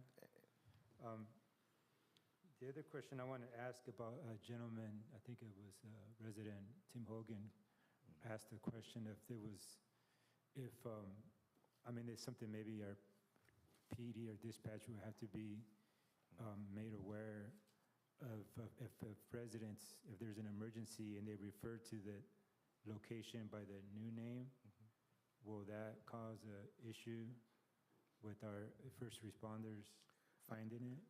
I think the fact that this branding will be in small font makes it clear that it's just commemorating someone. When 911 calls are received, they'll ask you for the address that you're located at, and everybody knows the address because that's what's on your ID, that's what your phone bill, cable bill, everything is associated with the address, and those addresses will not change. Okay. So the answer will be immediately the address you're at. Okay. And then also want to make sure, so this cost is going to be raised by the private, the nonprofit is going to cover material and labors, is that correct? Yes, so that includes material and labor and installation. There's a sign there, so if the sign there today was knocked down, the city would be replacing it. Once the new signs are installed, if the new signs are knocked down, It's the same thing. the city would be replacing it. So it's not new signs that are added to our maintenance, it's just the modified sign paid for by a nonprofit that will continue to be maintained by the city. Okay. Yeah, no, I see this as a way of, I mean, we spoke about in the past in some of our study sessions as far as one of the things we want to do in Little Saigon for tourism is the branding. So folks know where they're at, tourists come. So to me, this is something that you consider a way of branding the area of Little Saigon. So I see it as a reasonable request. Thank you. And before I ask for the next person, I just want to add, in my presentation, I also said that it's going to be, we can draw more tourists to the city of Westminster. The reason I said that is because we have parade coming up, and if we can install these signs before then, we can always market it that, the city of Westminster will have, and then I'm sure that the Vietnamese people, all the club that they can come here to enjoy the event, and they are very excited to see what's happening. So next is Councilwoman Ho, please. Thank you, Mayor. The first thing comes to mind, and I've read and I did extensive research regarding our Little Saigon area, and that over 90% of tourists currently are Vietnamese from all over the country, if not from all over the world. So, of course, as you know, I'm a marketer, so, what's really important is that we expand on what we currently do, and what we currently do well is we appeal to that segment.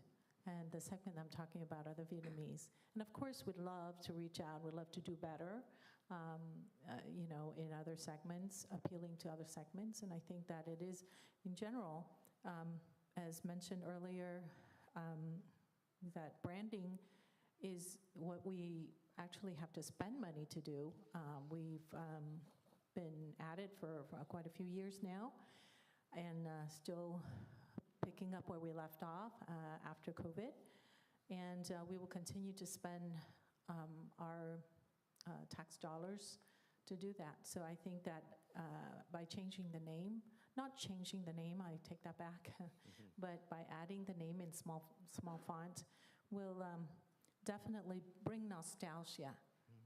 It's very nostalgic for people, whether they're of Vietnamese descent or Americans. They come to Little Saigon, they want to feel like they're pretending, or they want to feel like they're in Saigon, Vietnam. So I think it's really a win-win. It's really a plus. I don't see any negative, except for that one possible point that was made earlier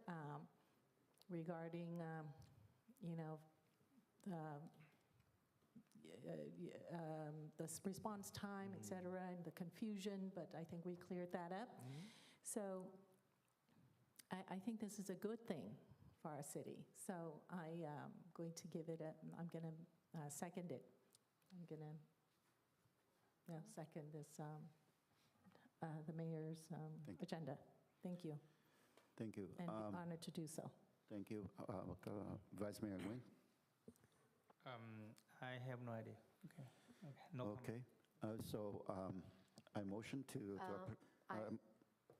You're supposed I'm to come sorry. back to Yeah, me. yeah. Yes. I'm sorry. Thank Okay. you.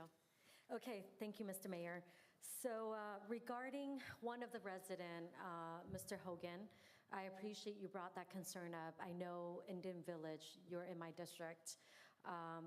Many times residents do bring up the concerns of changing names, not only changing name, but adding different street lights to help with the congestion, or people speed through Navajo Street. Or whatnot, or on Bosa Chica area, residents have brought to my attention where they would like a stop sign or a light sign there where you would need a name for it, right? So I hear what you're saying, Mr. Hogan. Now with that, Adolfo, do we need to get money and funding like Mr. Hogan was requesting, that if they want to have that name change or name added to the street light? Is that something where it needs require from the city? If there is a necessary street name sign that needs to be installed and that's uniform with what we do throughout the city, we will install it as part of our routine maintenance. If there is a special sign, for example, that says no outlet because people turn into a dead-end street and are often, get stuck in there, there's a lot of unnecessary traffic, we can put up regulatory signs or advisory signs that say, dead end, essentially, end of road, those sorts of signs. All we need to do is get a request and we'll fulfill those promises. If we're talking about a traffic signal, that's a $400,000 or more like a $500,000 investment. We can still consider it and we put it on our list and then we go and get grant funding for it. And years down the line, we'll build it. Okay. That's good to know that you address that. So, Mr. Hogan, hopefully you understand what Adolfo is saying regarding the light and adding those signs to it. It will cost money to create that light and that sign, but regarding what Mr. Mayor is requesting is just adding the name underneath the original sign. So that's something different. Now, the other question that you brought up, Mr. Hogan, that I thought was very good is the concern of, what was that? I just went blank. The 911 call. 911, the emergency. Yes, if people do call and they'll see the name, the Vietnamese, usually that's what the Vietnamese people will be familiarized with. So if they say that, would people on like 911 call or the fire department, would they know that's what they're referring to, that Morin Street? Yeah. They would, right? Well, there's a level of education that can take place. For example, if somebody says they're in Indian Village, our dispatchers know where that is. So now our dispatchers know where I don't want to say the name, misspell it, but the general's name on Bolsa. If somebody were to reference that, there's a level of education that goes with our dispatchers to let them know this term means Bolsa in Little Saigon. So it's just a matter of bringing them up to speed on these changes. Okay, and then I guess from what I understand that you answered earlier, so with that sign, since we're not removing the original name, we're just adding an extra name underneath. Correct. Now, how big is that name going to be? Would people able to see that name? It'll be in Vietnamese font. Keep that in mind, right? Okay. So clearly it's nostalgic for those who understand and read Vietnamese. For others, it's just something in Vietnamese, right? So for non-Vietnamese speakers. The Federal Highway Administration regulates any additional fonts that are placed on regulatory signs. So we will follow the code like we did on the general's statute, the general's name on Bolsa Avenue, where it's a smaller font, and there is a limit to that. So we will not be, it's not up for discussion that it should be a bigger font. It will be what the Federal Highway Administration says it needs to be. Do you know And same how goes big for the that smaller font signs. is, by chance? I think I'm gonna guess here a little bit, estimate, I think it's like a 6-inch font. 6 inch? Yeah. Okay. Those signs look, they're a little deceiving, like the signs you see hanging on the mast arms, that signal mast arms. They look like they're 3 feet big, they're actually 6 feet big, 8 feet in some cases, so. Okay, so 6 inches. Yeah, it'll be a smaller 6-inch Right. font, but from far away, it looks the way that it looks. And that's what's shown in the exhibit. Okay. And then now you did mention that once it's done, I guess my question is, how often do you guys maintain the sign throughout the street? Is it every 2 years, every 5 years? So I'm really proud of the work we've put into what we call in the industry speccing out a particular product. Everyone in our city, whether it's our police officers with their equipment or the yard with their equipment or the engineers, we put a lot of time into making sure that we buy from the right manufacturer and that it's worth our dollars. Just as an example, we used to have Old English font in the city. Our street names were Old English, right? So that was non-standard. Yeah. So I got a grant with the first Obama administration, and they look brand new out there. And that's been a while. That's several presidential administrations. As an example, we've seen some Caltrans signs go up along the freeway that have been up for less than a year, and they're all cracked up. They look like jigsaw puzzles, Right. So because we buy a good product and we spec it out, I expect our street name signs to last about 20 years, Okay. Unless they're damaged, graffiti, things that we can't really control. Okay. So I'm holding you to it. So about 20 years. Okay, that's good to know. Okay, and then I guess my other question is, last one. Let me see here. So how much would it cost to, because I know since the city maintained it in 20 years, right? And then now you have to imprint that 6-inch name in there. How much would you think that would cost the city? So the entire... For six of those signs. The entire effort that is being discussed in this, we've estimated it at about $11,500 for these signs. Okay. And once they're installed, it's essentially having a sign that was already there. So if it were to be damaged, stolen, we would replace it like we would the current sign that's there. Right? These aren't new signs, I guess is the point I'm trying to make. Yeah, so basically it'll cost about $11,000 to add that extra. To replace it, we got to Okay. take it all down, and we got to put it back up brand new, and the old one is discarded. Okay, so it doesn't cost extra to add the 6 inches on the bottom? Not of the really. When original you're sign? buying the product, Okay, when you're buying, it's like screening a T-shirt. Really, is when Right. they lay it out and then they just do it, and then that Right. ends up being your print. So it's not by character. It's really you're buying the 6-foot sign or you're buying the 8-foot sign, and you're buying it to the city standard, and that's what's reflected in the price. perfect. Yeah. All right, well, thank you so much for You're answering welcome. those Very good questions. If there is no additional questions, I believe that I move to approve this item and seconded by Councilmember Ho. Can I do a substitute motion? Go ahead. Okay, my substitute motion is, I heard the voice of all our Vietnamese community, and I appreciate you guys coming out and voicing your opinion and sharing your concerns, because those are historic, heroes back in Vietnam. And I just feel like, you either go big or go home, right? And that's how I was told and how I was raised. So I just feel like, since we have the Hai Ba Giang, go big or go home. So my thought is have those names, of those king, heroes, the word freedom. What about the street name Freedom? That's great. So go big or go home. That's my substitute motion, to take out all the original name and put the new name on. Let's go big or go home. Substitute motion. That would be extremely expensive. No, you change it. If it's tied to an address, So it's tied to an address. So you're looking to just change the street name completely? Yeah, those names are perfect. Freedom. Our Vietnamese community, we've changed the name for Hai Ba Giang. Go big or go home. Come on. So that's what I propose. If I may. Substitute address. motion. I just want to address the issues first. because, first of all,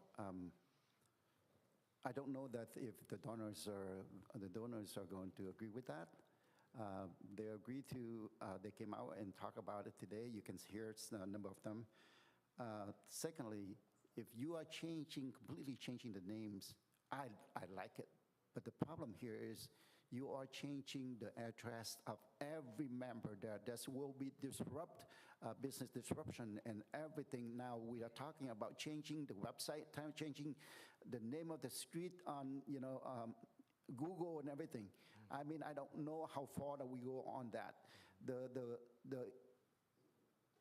The problem that we have, not the problem, but for the Hai Ba Chung, because we have only that small street right there. It's just one side to the other side, just like a Saigon street. It's not affecting any of the residents there. And there is no need to change or make people to change their address.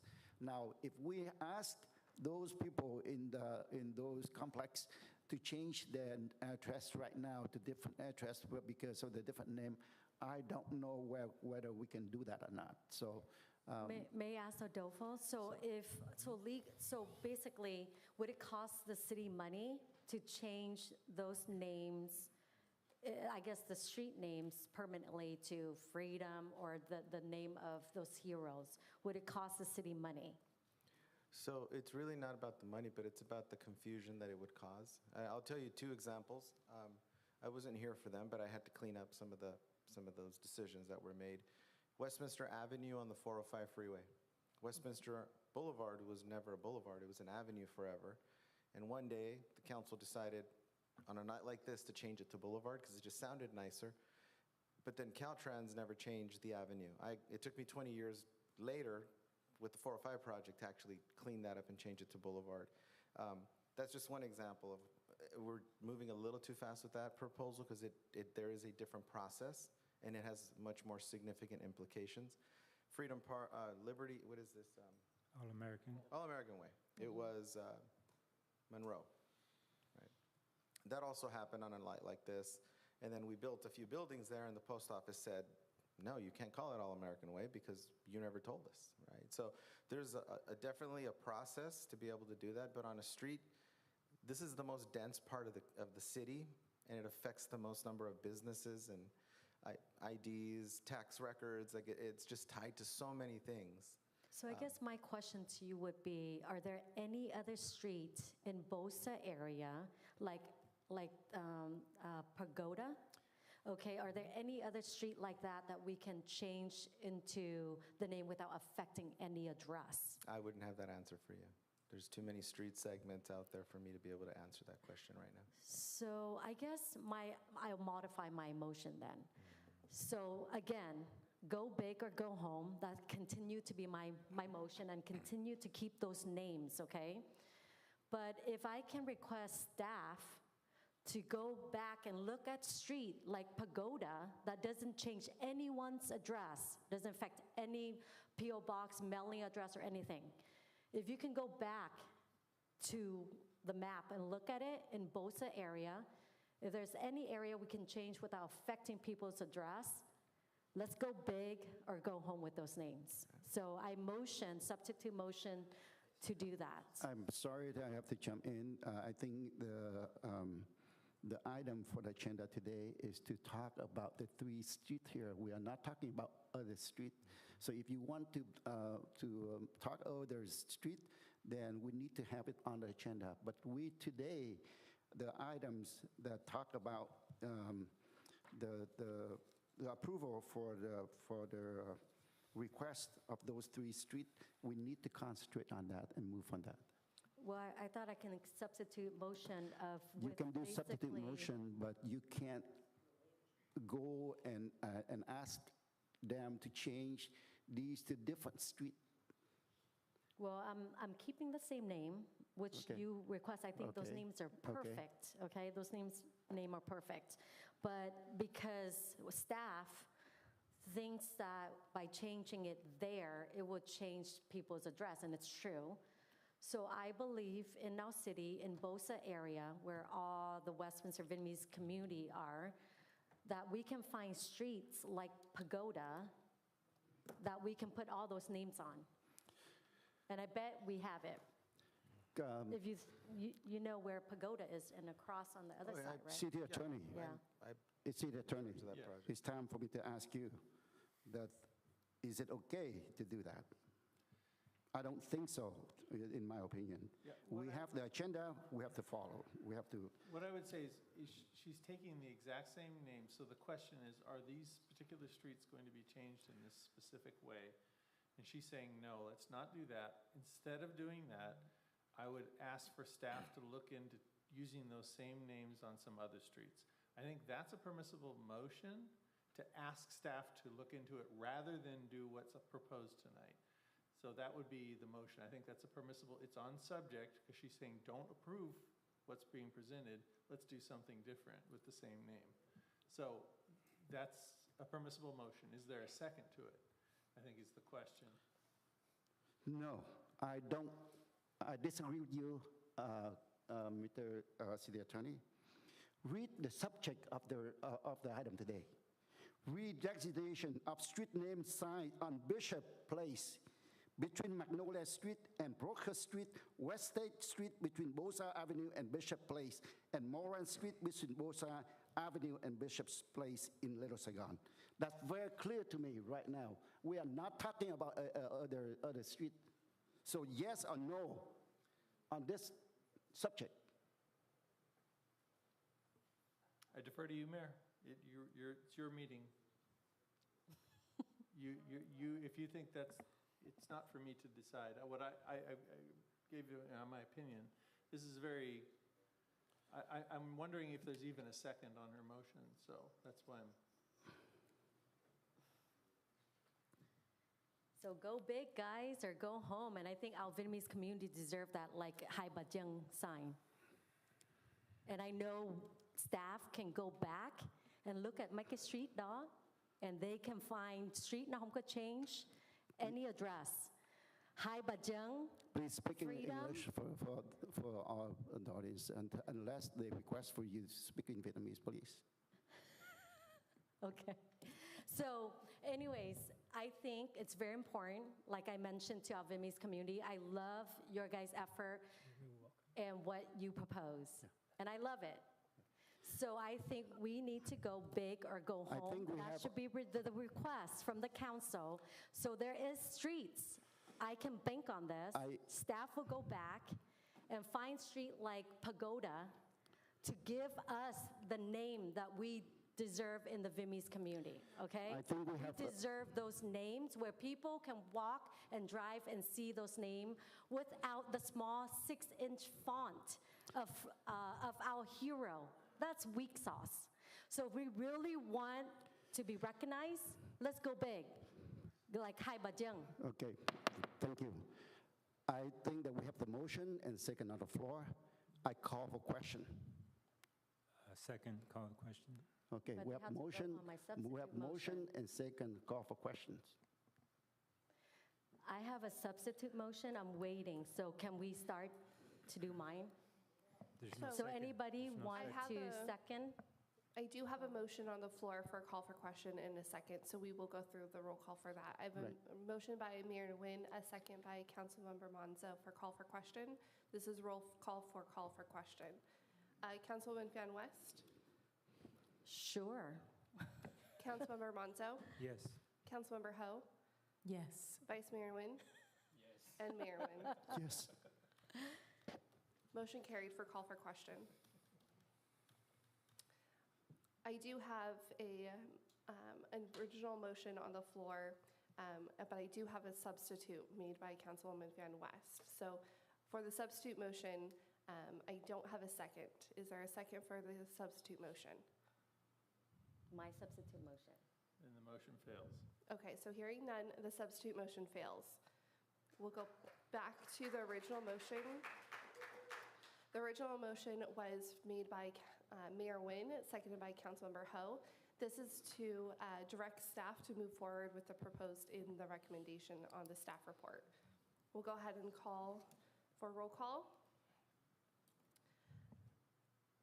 I have Councilwoman Van West.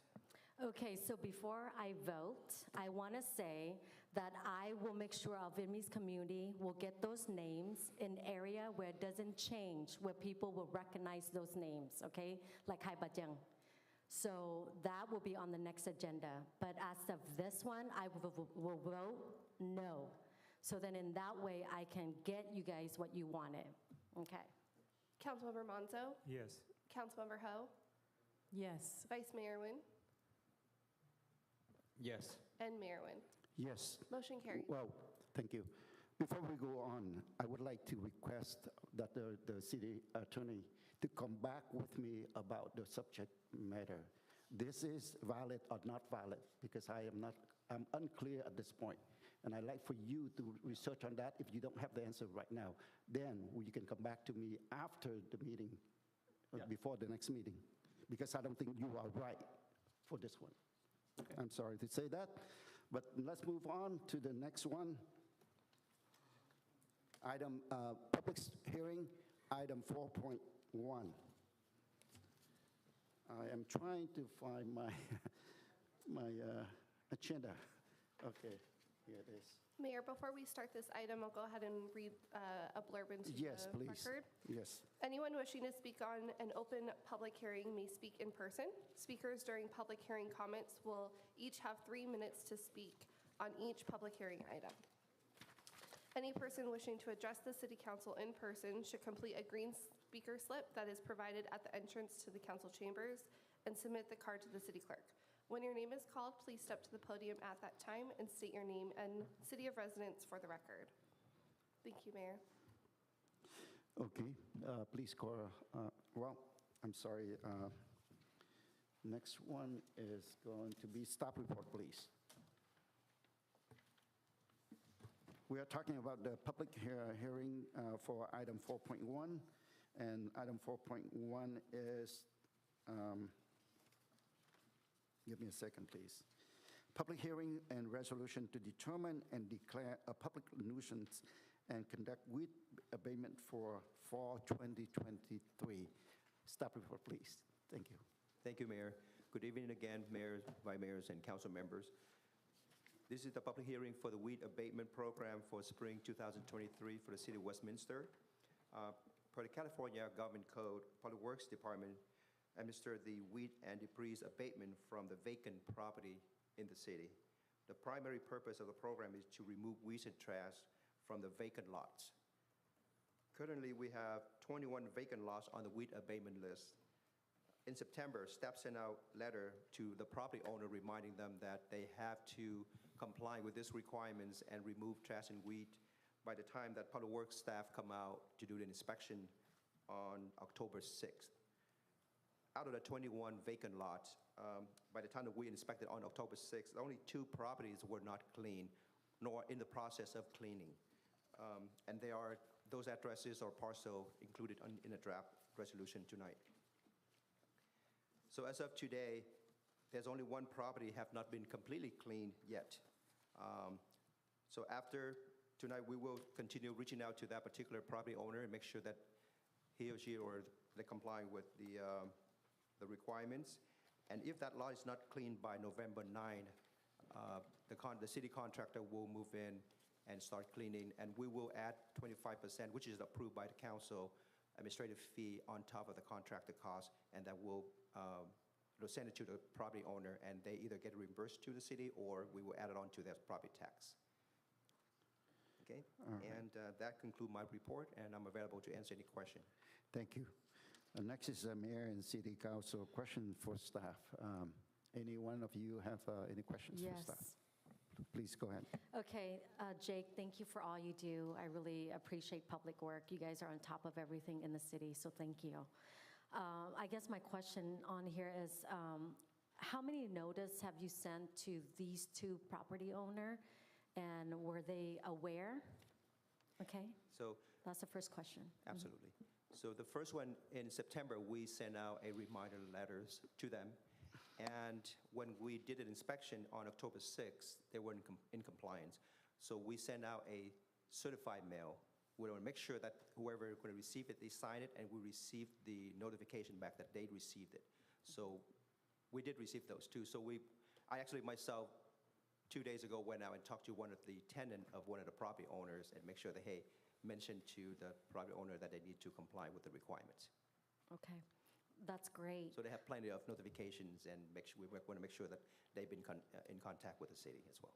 Okay, and I guess my other question is, do those property owner knows that we do 2 cleanup every year? Twice a year? We do mention it in the letter that we send out to them. We do twice a year here, and also other quarters like winter and summer. We also send out a reminding letter to them as well that, hey, it's time to clean up your property. Okay, and last question, do those owners property owner live in the city or close by in Orange County or locally here? They are all over the place. One property which is the Union Pacific Railroad. I actually have to email back and forth with the person who's managing these properties of the company in Omaha. What was it? Yeah. Okay. So it was back and forth. I actually just emailed her 2 days ago, make sure that she have her contractor ready to go, and I have to call her representative here and make sure that they have those contractor lined up. So which they promised me that they will have somebody move in either tomorrow or Friday, and then there more contractor come in on Monday to clean up that area. Okay, so those 2 problematic owners, so they are going to take care of it, right? They don't need us One to would come? have done that already. Okay, so The we other have one left. Yeah, the other one, they took care of it. It's not up to what, we expect them to, do more cleaning. So that's why we sent out the letter to them. Okay, so then is it because you guys don't have much of a contact with those 2 people? Is that why there's problematic of communication? No, well, actually, we send out the letters, and like I said, if they're not in compliance by the time we do inspection, we send out a certified letter. By sending a certified letter, we make sure that they receive it, and which we do receive a return notification back that they have signed, whoever signed to receive that letter. Okay, thank you so much. Is there any mayor or city council question for staff? Yes, Mayor, I have Yeah, a few. please, Councilmember Menzo. Thank you, Mayor. Jake, on the list of the 21 that you mentioned, how many of those 21 are repeat offenders? How many are the repeat offender? Yeah, offenders. Oh, offender, sorry. That means that we're constantly the same addresses. A lot of properties for years that's still on there, they're not been developed. That's why we're going through, and actually this time, there's 2 have been in development. It's one actually been approved tonight for the final partial map.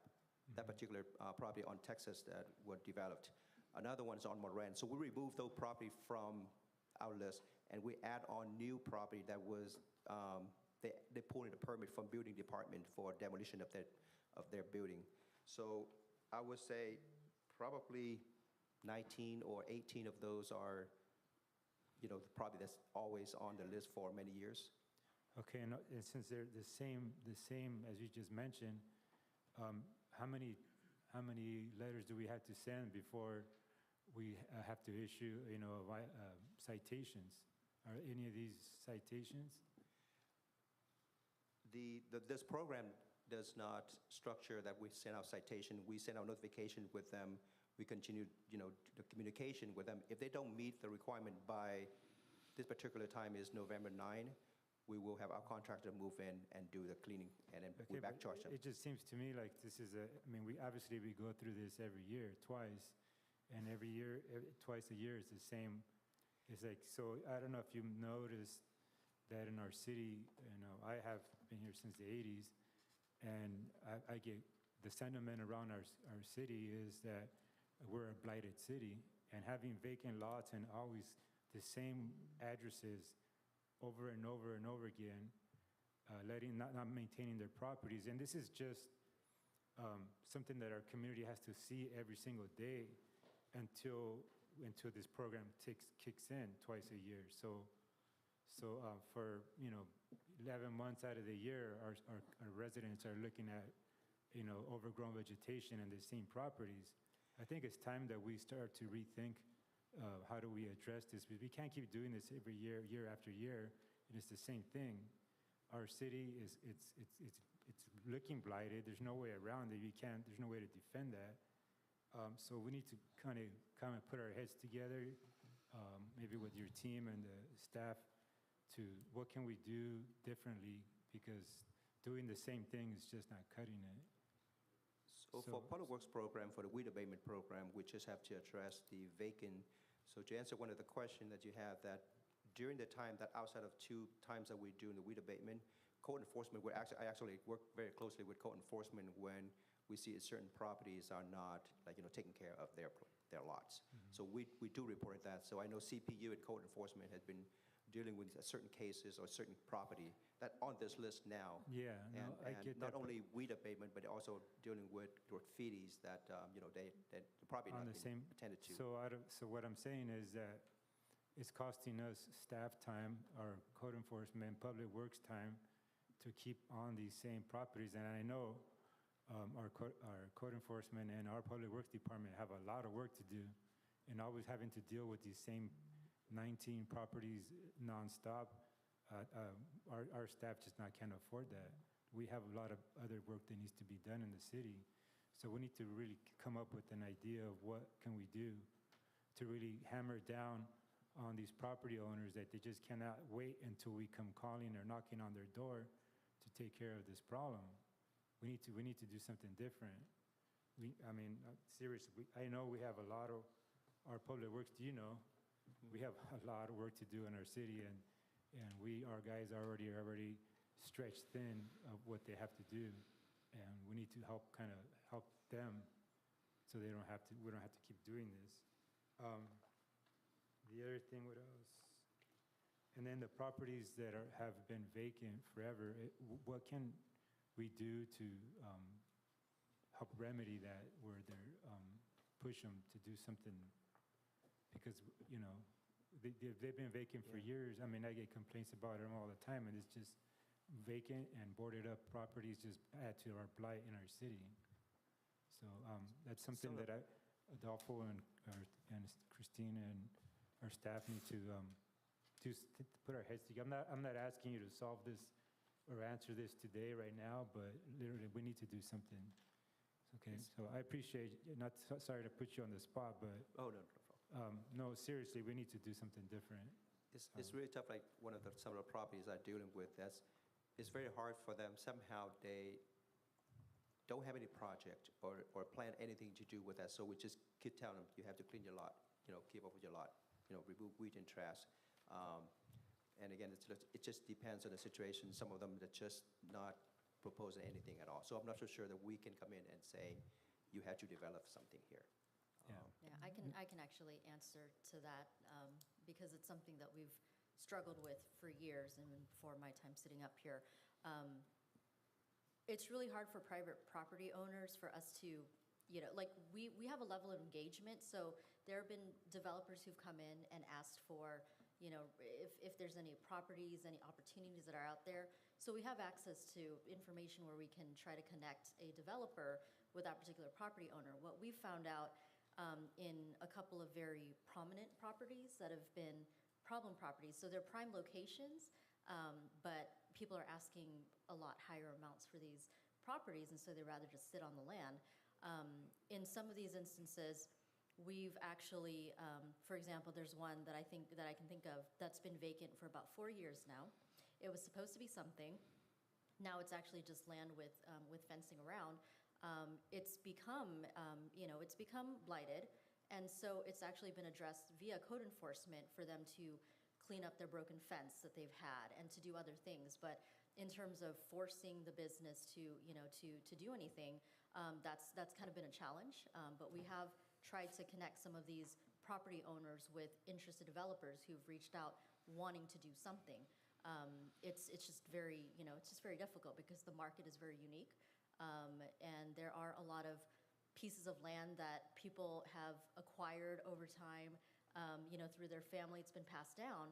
There's no need for them to develop anything. And so that's where, that's where with the approvals of like mixed-use districts or, or other, other things that we've been doing through the, like specific plan process, that's where we're able to then maybe encourage folks to develop in different ways. But as of right now, with the climate, a lot of these property owners don't want to do anything.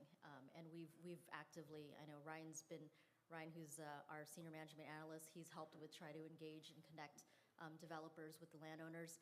And it's a struggle. Okay, I appreciate, like I said, I don't expect you to solve this right now, this night, but as far as the weed abatement, I think we need to really think that through, and how else can we do this to incentivize the property owners to maintain it and don't wait until we come calling. So, thank you. All right, thank you. Is there any other City Council question for staff? If not, I would like to open for public comments. Please, is there any public comments? Yes, we have two, Mayor. We'll first start with Deborah Mariscal, followed by Terry Rain.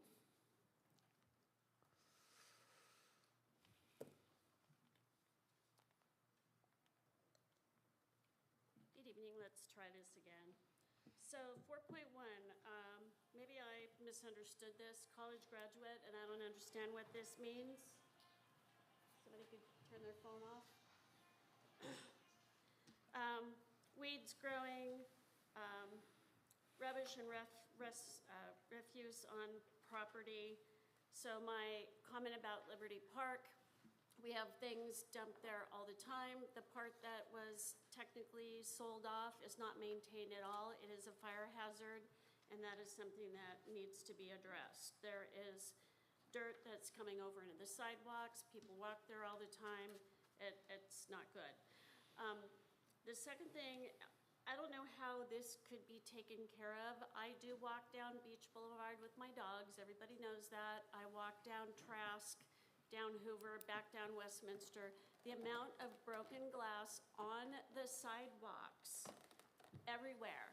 I mean, sometimes I have to step into the street to avoid having my dogs step on glass. So I don't know whose responsibility that is. I don't know what we can do about it, but it needs to be taken care of. On the west side of Newland, between Trask and Westminster, is an issue. Westminster all the way to Hoover is an issue.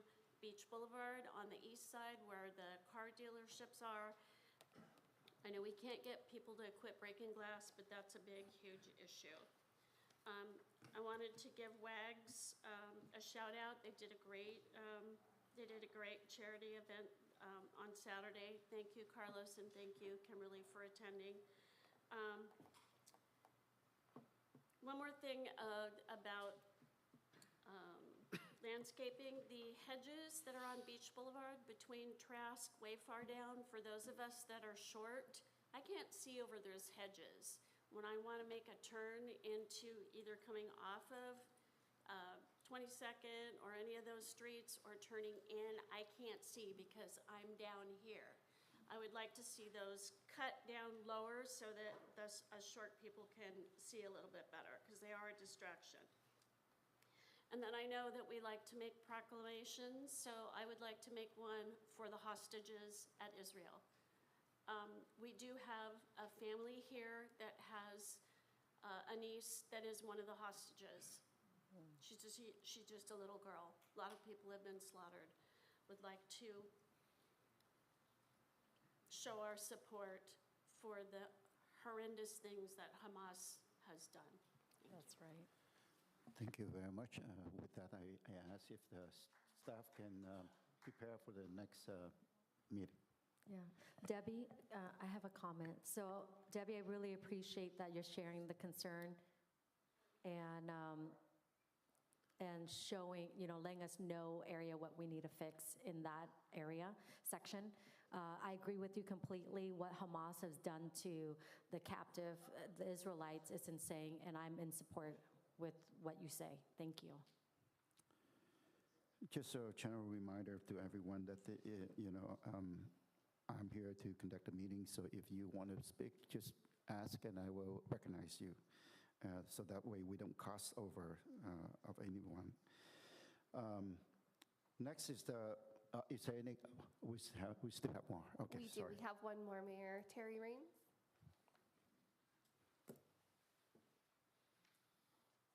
I think people are confused, so this is a public hearing. The general public comments are at the end of the meeting.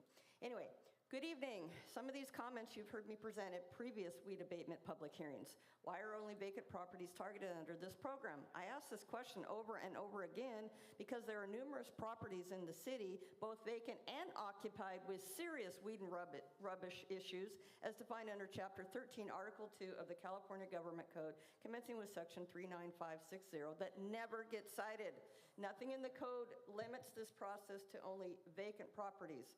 Again, just how does the city determine which properties to target for weed abatement under this twice-a-year program? Does city staff drive all around the city looking for problem properties, or does the city rely on complaints submitted by the public, or do you just, I think, revisit previously targeted properties? And reviewing the weed abatement hearings for the last few years, it certainly appears to be the latter, because oftentimes it's the same handful of properties on the list over and over again. Why not present to council the full list of noticed properties for reference in the staff report, even though those properties that were cleaned up are not part of the formal public hearing? Former Councilman Sergio Contreras asked back in 2019 for the formal weed abatement process to be done 4 times a year versus just twice a year. Staff's response was that it'd be too much work to undergo the formal process more than twice a year, but said they would continue to use code enforcement and the community preservation unit to address these issues on a more regular basis. But that plan is not working. Some areas of the city seem to be targeted frequently, while others are completely ignored. The number of unkept properties in the city continues to grow, creating extreme blight and potential safety hazards, lowering our property values and reducing pride of ownership in our city. Jeez. Let's all put in a concentrated effort to clean up our city, not just on Earth Day. Many cities hold pride and beautification events where volunteers, along with support from the city, come together to clean up their city. Some are part of Unite for Cities initiative, which brings together businesses, residents, schools, service groups, and faith community to improve cities. And hey, like Councilman Manzo, I think where he was going with this is, instead of just doing this thing twice a year, which is very labor intensive and takes a lot of staff time, why don't we just start citing and fining these people on a regular basis? And those fines can escalate daily. You know, let's use code enforcement to maybe, you know, get their attention a little sooner than just twice a year. I realize my comments are broad in nature, but not specific to any properties listed in the agenda report, but I'm just trying to be a part of the solution by offering input and ideas on ways we can improve our city related to this item. Thank you. Mayor, we have no further speakers for this item. So with that, I'll close the public comment. Next is the mayor and council member discussion. Is there anything else that you want to discuss about this? If not, we can move to council action. Motion to approve, Mayor. I second it. So we have motion and second on the floor. Roll call vote, please. I have a motion made by Councilmember Monzo, a second by Mayor Nguyen. This is to approve staff recommendation to A, overrule any objections received at the public hearing for the abatement of the weeds, and B, adopt resolution number 5218, entitled A Resolution of the Mayor and City Council of the City of Westminster, California, determining and declaring that certain weeds are growing upon certain streets, sidewalks, parkways, and private property in the City of Westminster, and rubbish and refuse have been deposited upon sidewalks, parkways, and private property in the city, and that the same are a public nuisance, ordering and directing the city manager to have said weeds destroyed and to have rubbish and refuse removed as required by law. I'll go ahead and do a roll call vote. Councilwoman Van West? Yes. Councilmember Monzo? Yes. Councilmember Ho? Yes. Vice Mayor Nguyen? Yes. And Mayor Nguyen. Yes, Motion carried. thank you. We're still under public hearing, and this item 4.2, public hearing approval of Westminster Mall specific plan reimbursement fee. I'd like to ask for a staff report, please.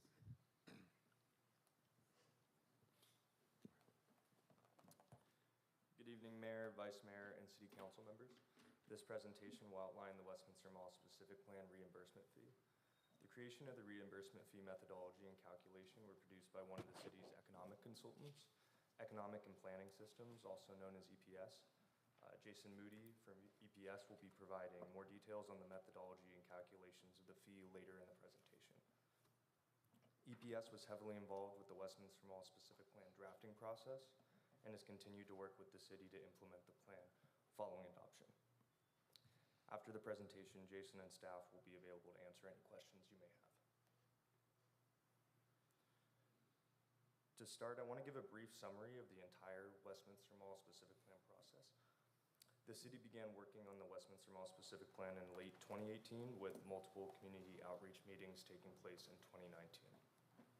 The COVID-19 pandemic and ownership changes on the site caused some delays in the drafting timeline, but on November 30th, 2022, the City Council adopted the Westminster Mall specific plan. Adoption of the Westminster Mall specific plan laid the foundation for successful redevelopment of the area. But there's still some work to be done before permitting and construction is able to begin. Because of this, city staff has continued to work with consultants and communicate with the property owners to fulfill the mechanisms addressed in the specific plan. One of those mechanisms is the Westminster Mall specific plan reimbursement fee. Chapter 9.6 of the specific plan allows the establishment of a reimbursement fee following adoption of the specific plan. When the City Council adopted the specific plan in November of last year, the action effectively gave direction for the details and calculations of a reimbursement fee to be brought back to council at a later date. The reimbursement fee will allow the city to recover direct costs incurred during the preparation and implementation of the specific plan. Almost all the costs associated with the preparation of the specific plan were initially paid for by the city, and there have continued to be city funds expended after adoption to be able to implement items addressed in the specific plan. A draft technical memorandum was distributed to the property owners to allow them to ask questions and provide feedback on the reimbursement fee. The feedback received was incorporated in the final technical memorandum shown as attachment 1 in the staff report. Jason will dive into what those comments entailed and what minor additions and clarifications were made based on the feedback. A decision tonight to adopt the proposed resolution chosen as attachment 2 will approve and activate the reimbursement fee. Now I'll hand off the presentation to Jason Moody to share the details of the reimbursement fee. Thank you, Ryan. One more? No, for the volume. Oh, there, thank you. Hi, I'm Jason Moody. I'm a principal at Economic and Planning Systems. Thanks for bringing me here tonight. Our firm did prepare the technical memorandum that calculates this fee based on the data that was provided to us by staff. The fee of this nature is authorized under State Government Code 65456, and that code allows cities to recoup the costs of planning costs for specific plans in CEQA, and that's what this fee does. It's a one-time fee, which means no one pays twice, just once. The fee would be payable upon building permit or grading permit, whichever comes first. And the total fee is $25,540 per acre, which would be adjusted annually by the CPI, so that if someone doesn't initiate a development process for 5 years, that fee would go up based on, so that the real cost is constant, so based on inflation. The fee is recovering approximately $2.2 million. That most of that money has already been expended, but not all of it. The next table here that I'm showing you is what that is composed of. That's composed of city's direct expenses as well as consultant expenses for the preparation of the specific plan itself. It also includes future costs for implementing some of the elements in there, including this fee program itself, for example. There's been a number of activities after the plan was approved that we've had to undertake. So about 20% of the cost, of the total cost, is for things that are happening after the approval of the specific plan. There is a small contingency included in the amount for the fee. And finally, we are deducting out $310,000 in a SB2 planning grant that helped reimburse the city or offset these costs. So that's a benefit to the city and to the developers who are paying this fee. Just a quick calculation of the fee, I won't bore you with the details, but you got the 2.2 million at the top, you have 102 acres for the whole area. We deducted out the open space and public right-of-way because you don't have to pay fees on that. That gets a net development acres, and then you divide the total cost by the number of net acres, and that gets you $25,000 basically per acre. So that's how we came up with the fee. We have a number of implementation and administration items I'll go through quickly. Most of these were included to address some of the comments that the property owners provided when they reviewed the fee program and the technical administration. First of all, we're clarifying that it's due at grading or building permit, whichever comes first. Properties that don't initiate a development process, that don't just stay as they are, do not pay the fee. They only pay the fee when they initiate the development process. The fee is only applicable to building permits for permanent structures. If someone wants to do a temporary event of some sort, that's not going to trigger the fee. The city, of course, is going to maintain an accounting of all the revenue that comes in for each property owner that pays the fee so that they don't get confused and have to pay it twice. As I mentioned, the fee is escalated annually. And finally, if in the future there's an amendment to the specific plan, which additional CEQA and planning costs are incurred as a result of an amendment, that would be paid for by the developers who are initiating that amendment. So that's why this fee is only for the approval of the specific plan as is and subsequent implementation measures. New amendments to the specific plan will be paid for through a separate process. That's all I have. Anything else? That's it? All right, so next is the mayor and city council question for staff. I have question for staff. Please, Thank go ahead. you. So I know this plan has been going on for a while. Now, I noticed that there's 2 owners who have not come to us and giving the general plan. Is that correct? The other 2 already submit their general plan, lay out what they want to do at their property. Is that correct, from what I understand? So there's 2, I would say there's two of the 4 owners are engaging us almost weekly on a project concept for each of their sites. One is checking in with us, and one of them has told us that they're a little bit further out. So we've checked in with all of them. We meet up with them regularly, and there are no concerns with the specific plan as it stands. It still meets the goals of what they would like to do on the site as well. Okay, so I guess my question is, how come they haven't come to the table yet? Because, I mean, to be honest with you, I mean, those owners out there, if you hear my voice tonight, I would be more than happy to, clear my schedule to meet with you guys if you need to talk to us moving this Westminster Mall forward. I will, of course, I'll do my reporting to let you guys know if I do sit with them.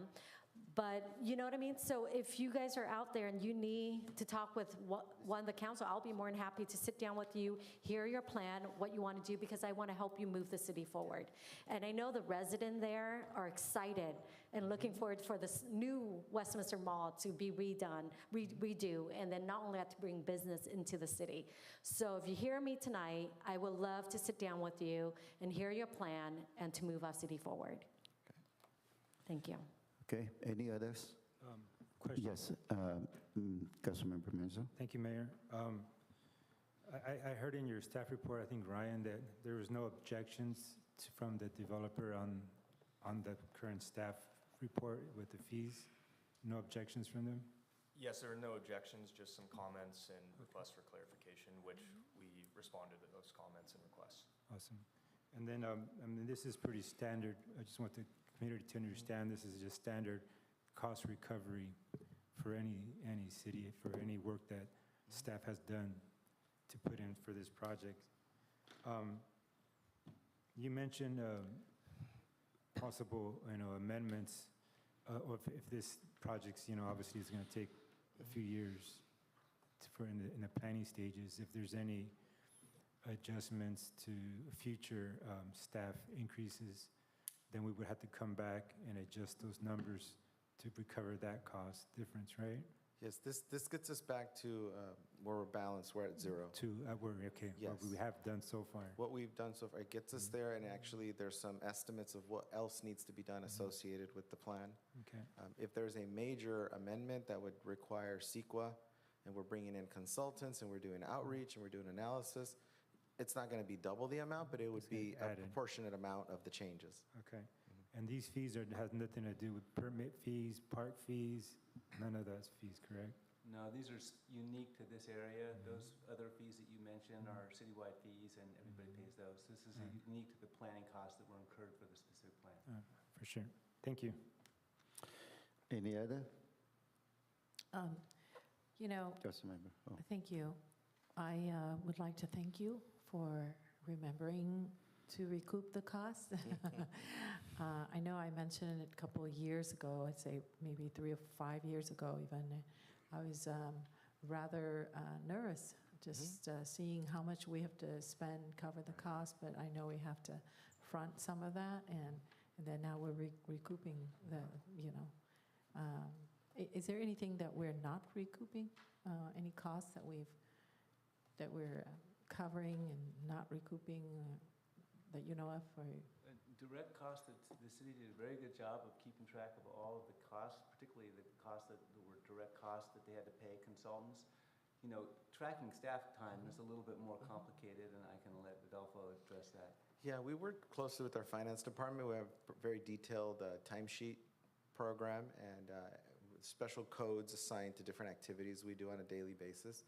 So it was pretty easy for, well, I shouldn't say it was easy. It was Aaron who ran the study and then generated the number of hours. And then to that, we applied the rates, the fully burdened rate. So that's the rates that are benefits. All of those rates are attached to the hours we put into the project.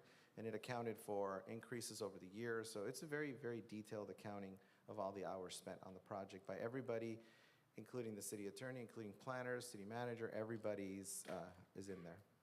Great. Thank you very much. Thank you, Director Aaron Bax, for, I know all those numbers, tracking all those numbers and items probably drove you a bit crazy, but thank you for doing that and helping us recoup our costs.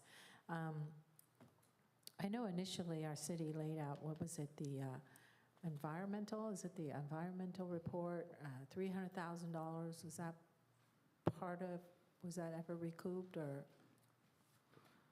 Yeah, if you're talking about the California Environmental Quality Act report, the EIR that was Yeah, the prepared for us, EIR. Yes, that was included, in, you see the consultant expenses, that's primarily where that's $900,000, almost $1 million there in consultant expenses. The consultants prepared the EIR, and that's where most of that money is included in that number Okay, there. great, And when thank we, you. when we show the consultant cost, if you recall, it was under one prime consultant, and then they had several sub-consultants. Got So it. the contract is 1.1, let's just say $1.2 million to PlaceWorks. A part of it is the different sub-consultants have a portion of that. Great, thank you very much. Vice Mayor Nguyen? No comment. Okay, my turn. I just want to, I'm the last to comment, but then some of the questions that I have that council already have, which I don't have to do it anymore, Okay. which is good. The item 4.1, the same thing. I think Councilmember Menzo already asked those kind of questions. That's a great question that I have. So this one I don't. So at this point here, I want to open for public comments. We only have one speaker for this item, Mayor. We have Terry Raines. Please.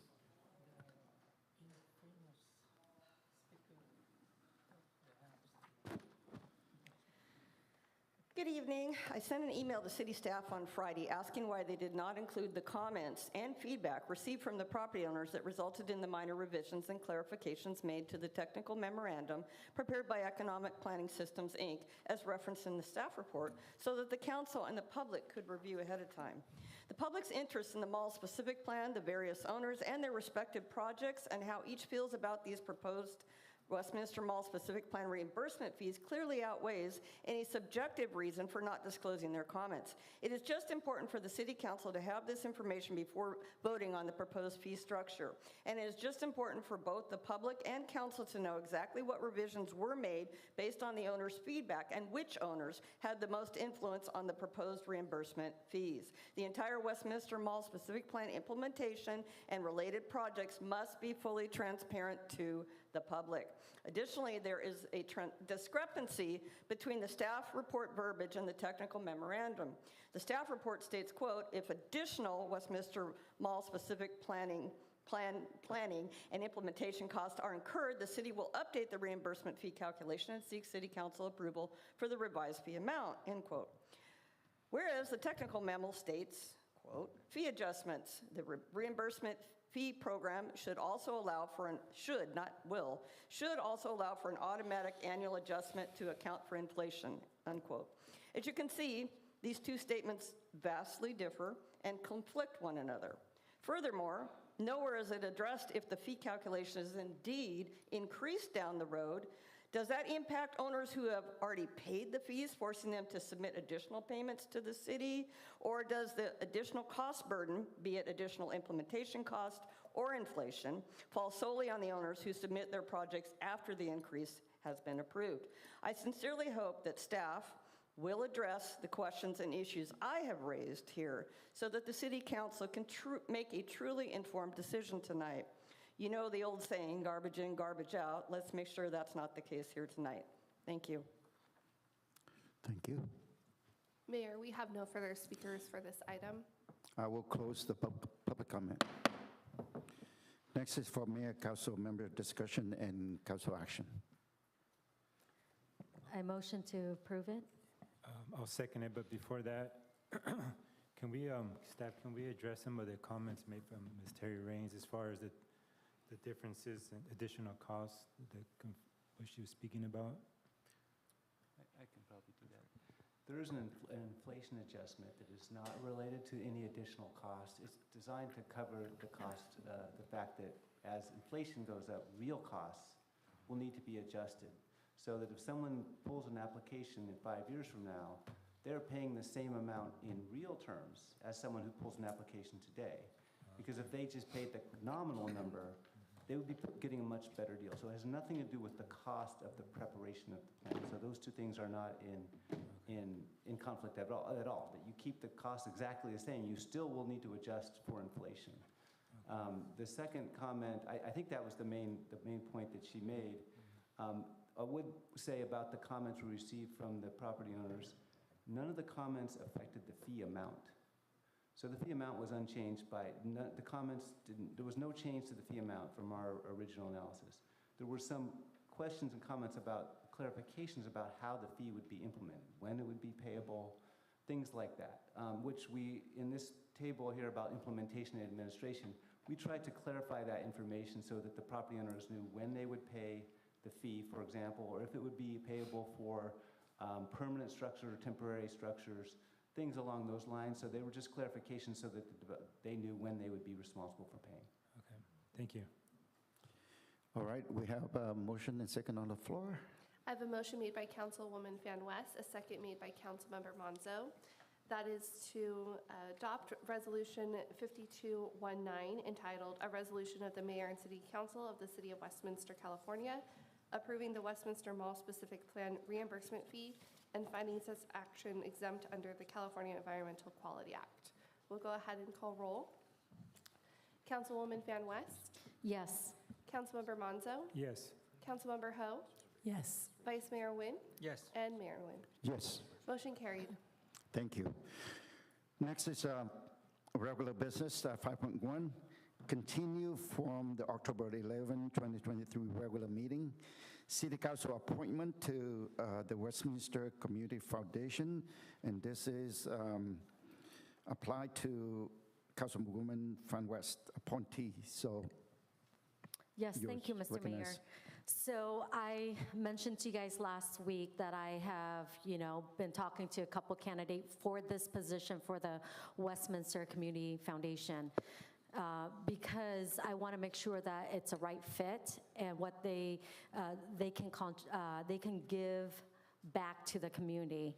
So I have 2 appointees. I know that one of my appointee left because there's basically, he just feel like he's carrying the weight, and so he left the foundation. The second appointee that I appointed, they're both business owner, and they're also a fundraiser. That's their job. One of them who left, that's his job. He fundraised. So he has a lot of connection. And then the other one is a business owner. They're they lend out loans. They're lenders. So they have a lot of connection too, but because Zoom was not available and they have to travel for business, and so that's why they cannot meet for that reason, because there's no Zoom. So both of them, great people that I believe could give back to the Westminster community, but because of what was in play, they're not able to make it for this. So I have 2 new members, which I believe are great asset to this Westminster community. The first person, her name is Topaz Tran. She is an amazing person who will be a great asset to this foundation. She is a vice president of the public relation for VBS, the Vietnamese largest television network in America.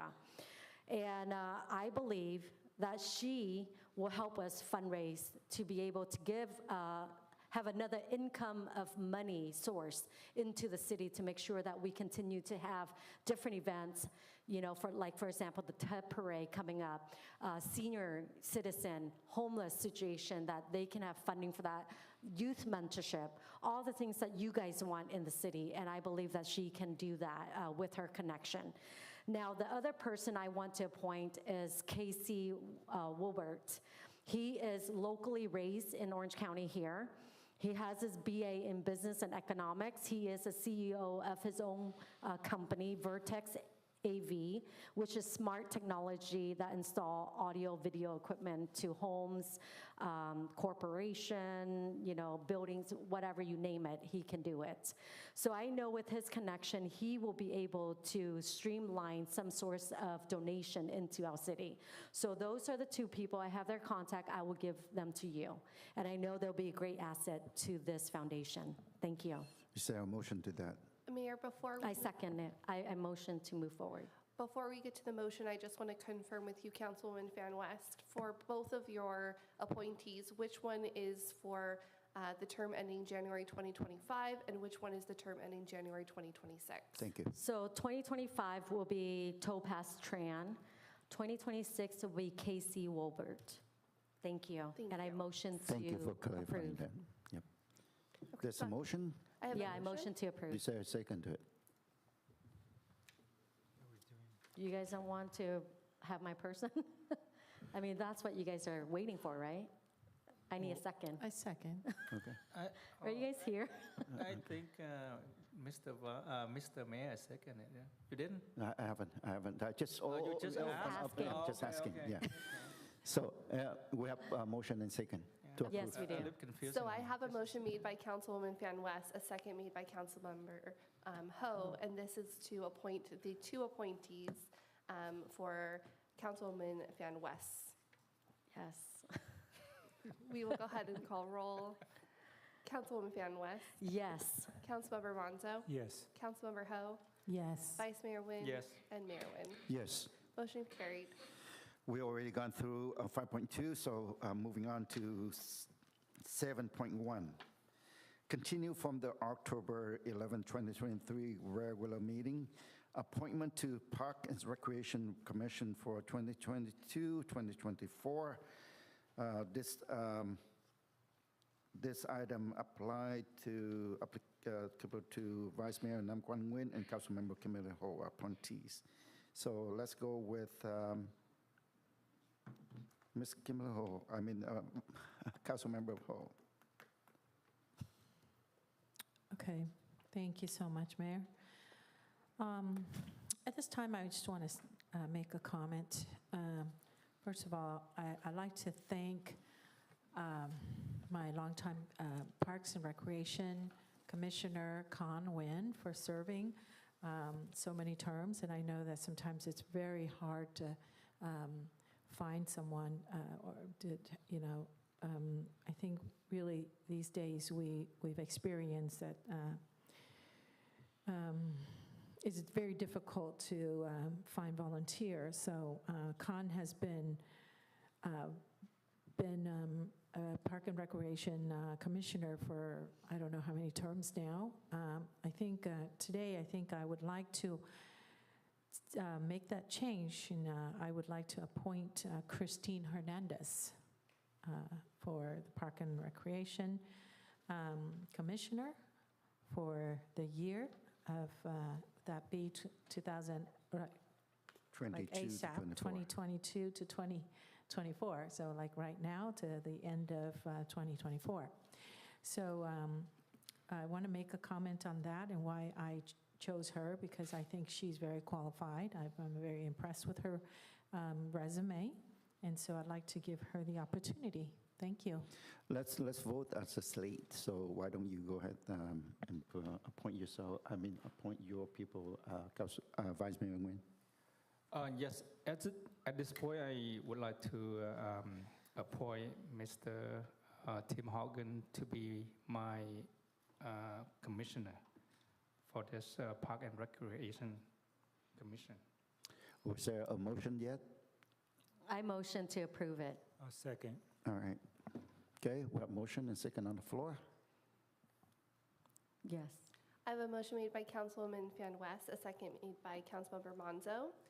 That is to approve the two appointments, Councilwoman Ho for appointment of Christine Hernandez and Vice Mayor Nguyen for appointment of Tim Hogan. We'll go ahead and call for roll call. Councilwoman Fan West? Yes. Councilmember Monzo? Yes. Councilmember Ho? Yes. Vice Mayor Nguyen? Yes. And Mayor Nguyen. Yes. Motion carried. Vice Mayor Nguyen informed me that he has to leave after 7.1, so.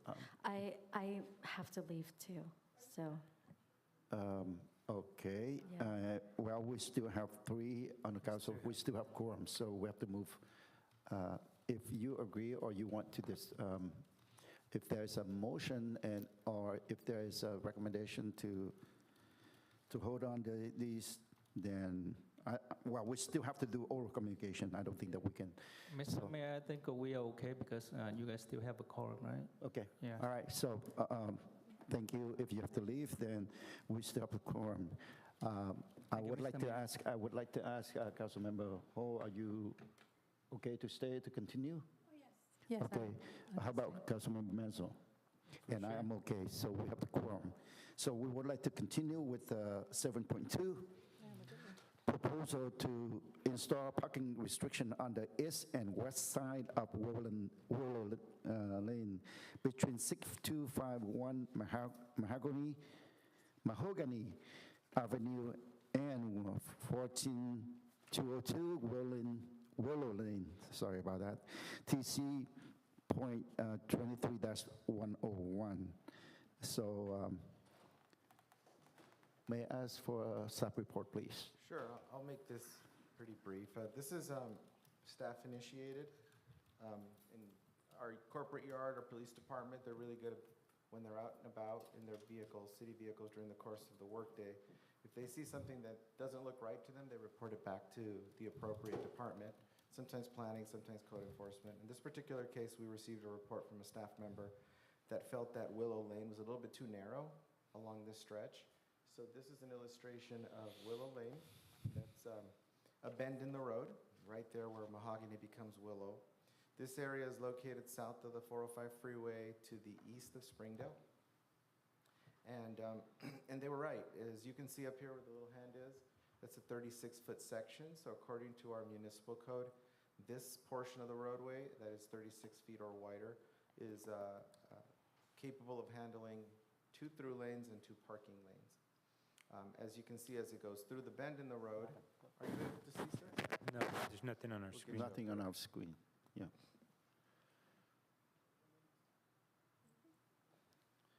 got it. Thank you. Got it now? Okay, great. So I won't start over. I'll just pick up where I left off here. So on mahogany here where the little hand is, that's a 36-foot cross-section of the roadway. And that is, you're able to handle parked vehicles and a through lane in each direction. So in this area here where it says mahogany, you can have parking on both sides of the street and one lane in each direction. As it goes through here, over the years, people were parking, but one of the observations that was reported to us is that it seemed a little bit tight. And when we went out and measured it, back in the land development days of the city of Westminster, this portion here tapers from 36, right here where the hand is. For some reason, it goes down to 32. And now you have a pinch and you have a condition where you can't accommodate the parking any longer. Rather than messing with the center lane and readjusting it and trying to keep parking on one side and not on the other side, our recommendation is to eliminate parking on both sides of it. It just makes for an easier driving maneuver, driver maneuverability through this area. And we rarely see parked vehicles there. It's not a highly impacted area where you would have, say, multifamily dwelling units that always are looking for places to park. So in fact, the times that there are cars parked there, it kind of catches people off guard. So out of safety and due to the fact that it doesn't meet the minimum requirements, we are recommending a red curb on both sides of the street. And this was recommended for approval by your traffic commission. That concludes my presentation. Thank you very much. Is there any question from council member? No, I Okay, don't. is there a motion to approve? Motion to approve? Second. Okay. I have a motion made by Councilmember Manzo, or I'm sorry, Councilmember Ho, a second by Councilmember Manzo. This is to approve staff recommendation to adopt resolution entitled, "A Resolution of the Mayor and City Council of the City of Westminster, California, providing for no parking or stopping at a certain location on the east and west side of Willow Lane between 6251 Mahogany Avenue and 14202 Willow Lane." Councilmember Monzo? Yes. Councilmember Ho? Yes. And Mayor Nguyen? Yes. Motion carried. Thank you. 7.3, request for parking restriction on the west side of Chestnut Street between Santee Avenue and Orange County Flood Control District Channel, TC 75-127. Again. Thank you, sir. I'll make it brief. I want to thank Mr. Charles Diaria. He spoke earlier today. I've known him for many, many years, and we actually tried tackling this issue a very long time ago. He's gotten additional support from his community. He submitted a petition with his recommendation to the traffic, request for to the Traffic Commission, and his item was recommended for approval as well. This is a really unique part of town, and I'm very excited about this. As you can see here in the illustration, I've kind of oriented the map a little bit differently just so it could give you the most visibility on your screen. But to the left is north. You can see the north arrow here on top. This is Southern California Edison, right here in the middle. As we make our way over to the right of your screen, you would be approaching Bolsa, essentially. And this segment here, these are single-family homes in the city of Westminster. These homes here, they back up right onto Chestnut Street. If you proceed to the left of your screen here, which is to the north, you would end up at the temple that we all know of at Hazard and Chestnut. The segment we're talking about is the 640-foot stretch that is on the west side of Chestnut. I met with the Southern California Edison rep. In fact, Mayor and I had the pleasure of seeing him in Sacramento last month when we were at the conference, and we brought to his attention that this item was coming. He was aware of the item. He supported the item. The last time this came before the Traffic Commission, there was some pushback by Southern California Edison, and it did not get approval. It was not recommended for approval.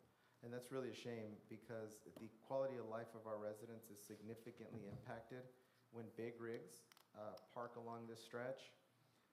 They come to deliver, not necessarily at Edison, but in the surrounding industrial area, and they find that they're able to just arrive at 2 in the morning, midnight, odd hours. They beat the traffic into Southern California, and then they know that they can idle here During the summertime, they turn their rig on and they're running their AC. During the wintertime, they're running their heater.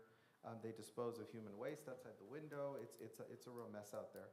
Recently, we started to see homeless activity as well, where people that are living out of their cars are parking there. We had a confrontation between a resident and a homeless individual.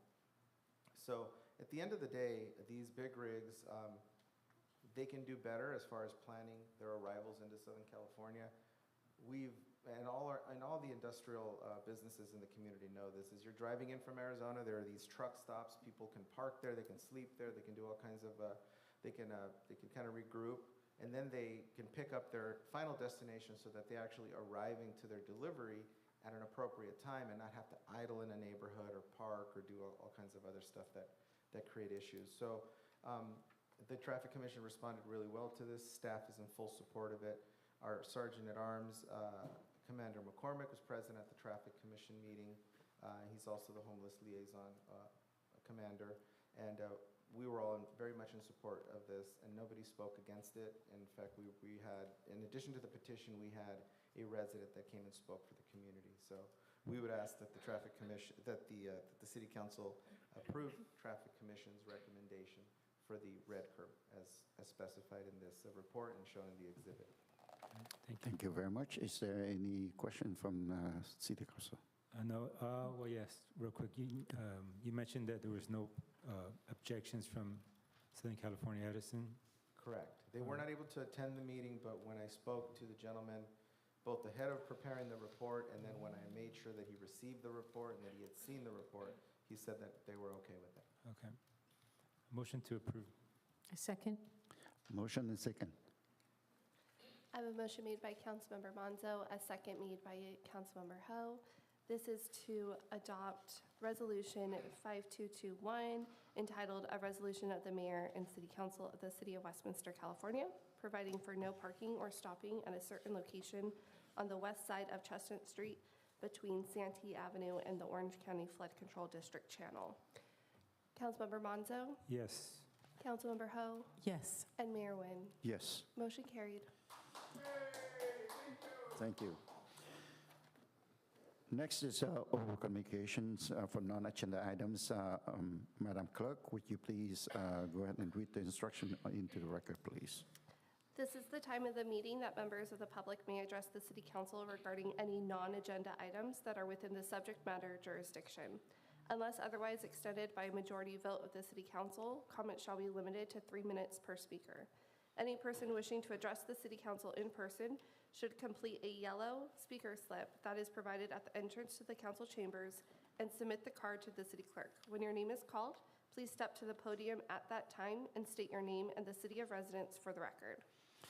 Thank you. I want to thank you for waiting until this time. I know that you patiently work waiting, but I know that you care for the city, and we all put the city business in front of us. At this time, we are here to listen to your comments. So would you please go ahead and call for first speaker, please? Our first speaker is Terry Raines.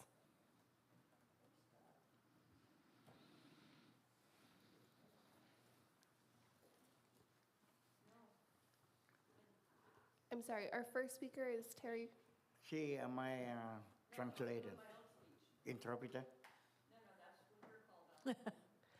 No, she's doing hers first, and then you're after her. Or she first?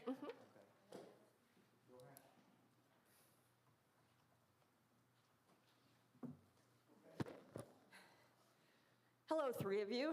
The Wags to Riches event Saturday was fun and heartwarming to see our community's outpouring of support for Wags. Councilman Manzo did a great job presenting Wags with their certificate of recognition. Councilwoman Ho was also there earlier in the evening, but no mayor, supposedly he wasn't feeling well, and no Amy or Nam Kwan, reasons unknown. Those two skipped important meetings simply because there's nothing in it for them politically. They just want photo ops and speaking engagements. It's clear neither one of them give a damn about Westminster. I obtain public records on a regular basis from the city. Mayor Nguyen, a few meetings ago, you publicly say that you had not seen a series of emails from a resident, because if you had, you would have responded. Public records show that you rarely, if ever, respond to emails from residents. You, Amy, and Namquan also refuse to turn over cell phone text messages related to city business, which is a violation of PRA law. Now that you have forced us to stay until the end of the meeting to speak about important city issues not on the agenda as an attempt to silence your critics, you must bring back Zoom access immediately. Amy, it was disturbing to see, I'm just going to pretend she's here, your reply to a comment about me indirectly under the city's official Facebook post about Sigler Park pickleball courts, written by Win-Win, a fake Facebook profile belonging to Tony Bowie, Namquan, or one of their gang. Quote, I do hope the Karens and Kens will spend more time at this court and less time at council meetings, unquote. She responded, LOL, with 4 exclamation marks and 3 laughing emojis. Real classy, Amy, not. With you on this council, Amy, we need more Karens and Kens to speak out at council meetings. And you continue to post inflammatory non-city business crap on your own official page, which is wrong. Amy, I just heard you got your ass handed to you on a platter at the OC GOP Central Committee meeting on the 16th, which made me laugh. Only Van Tran and Andrew Doe, Steve Sheldon, who wants to resurrect his failed Civic Center project here, and 4 others voted with you on 2 key items. 48 members voted against you and your ludicrous proposal. How much is Van Tran paying you to be his mouthpiece? What has he promised you? He regrets it now, I'm sure, as you are a total embarrassment to everyone. 2 days later, Amy pulled papers to run again for Central Committee, in effect to run against Mayor Nguyen, who earlier pulled papers for that seat. They don't need 2 members from Westminster, and they sure as hell don't need you on their Amy. Most of that committee can't stand you, just like the residents of Westminster. Amy, sorry you're not here, you signed an email to the Central Committee's leadership as Councilwoman, Garden Grove. Seriously. We know you can't write emails like this by yourself, but surely, if you weren't illiterate, you would at least proof them before sending. Yep, this little narcissistic twat waffle doesn't even know what city she represents. Oh my God. In that same email, Amy spelled the subject of her email, Janet Nguyen's last name, incorrectly. The most common Vietnamese name on the planet. You are Vietnamese, aren't you, Amy? And lastly, I want to know when the city's going to introduce an ordinance to ban storing RVs for free on our streets. Thank you. I have a short response to you. I object to the accusation that you tell me that I did not respond. I spent a lot of time talking to people, replying to people, and I don't mean to, but no, it's my time. So, unless you prove it to me, then I will take it. All right, thank you. All right. Our next speaker is Nguyen Hung.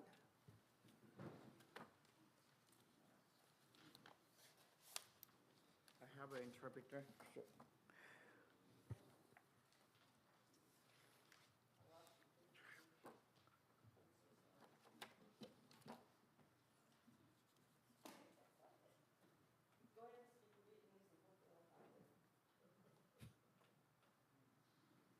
You have too many documents.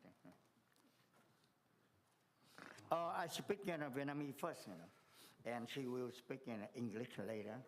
Ladies and gentlemen, tôi yêu cầu cung cấp báo cáo SA1 về vụ tai nạn ngày 27 tháng 5 năm 2023 tại 9938 Bullseye Avenue, Suite 117, Westminster, California 92683. Kính thưa quý vị, tôi tên là Nguyễn Hùng, thường trú tại thành phố Westminster. Hôm nay tôi viết thư này đến quý vị và cảnh sát trưởng Westminster PD về lá thư của Chánh Biện Lý trả lời thắc mắc thị trưởng Charlie Nguyễn DMV đã không được báo cáo vi phạm tai nạn giao thông, cung cấp cho tôi mẫu báo cáo SA1 hoặc là SA71 về vụ tai nạn lúc 15 giờ 30 ngày 27 tháng 5 năm 2023 tại địa điểm nói trên.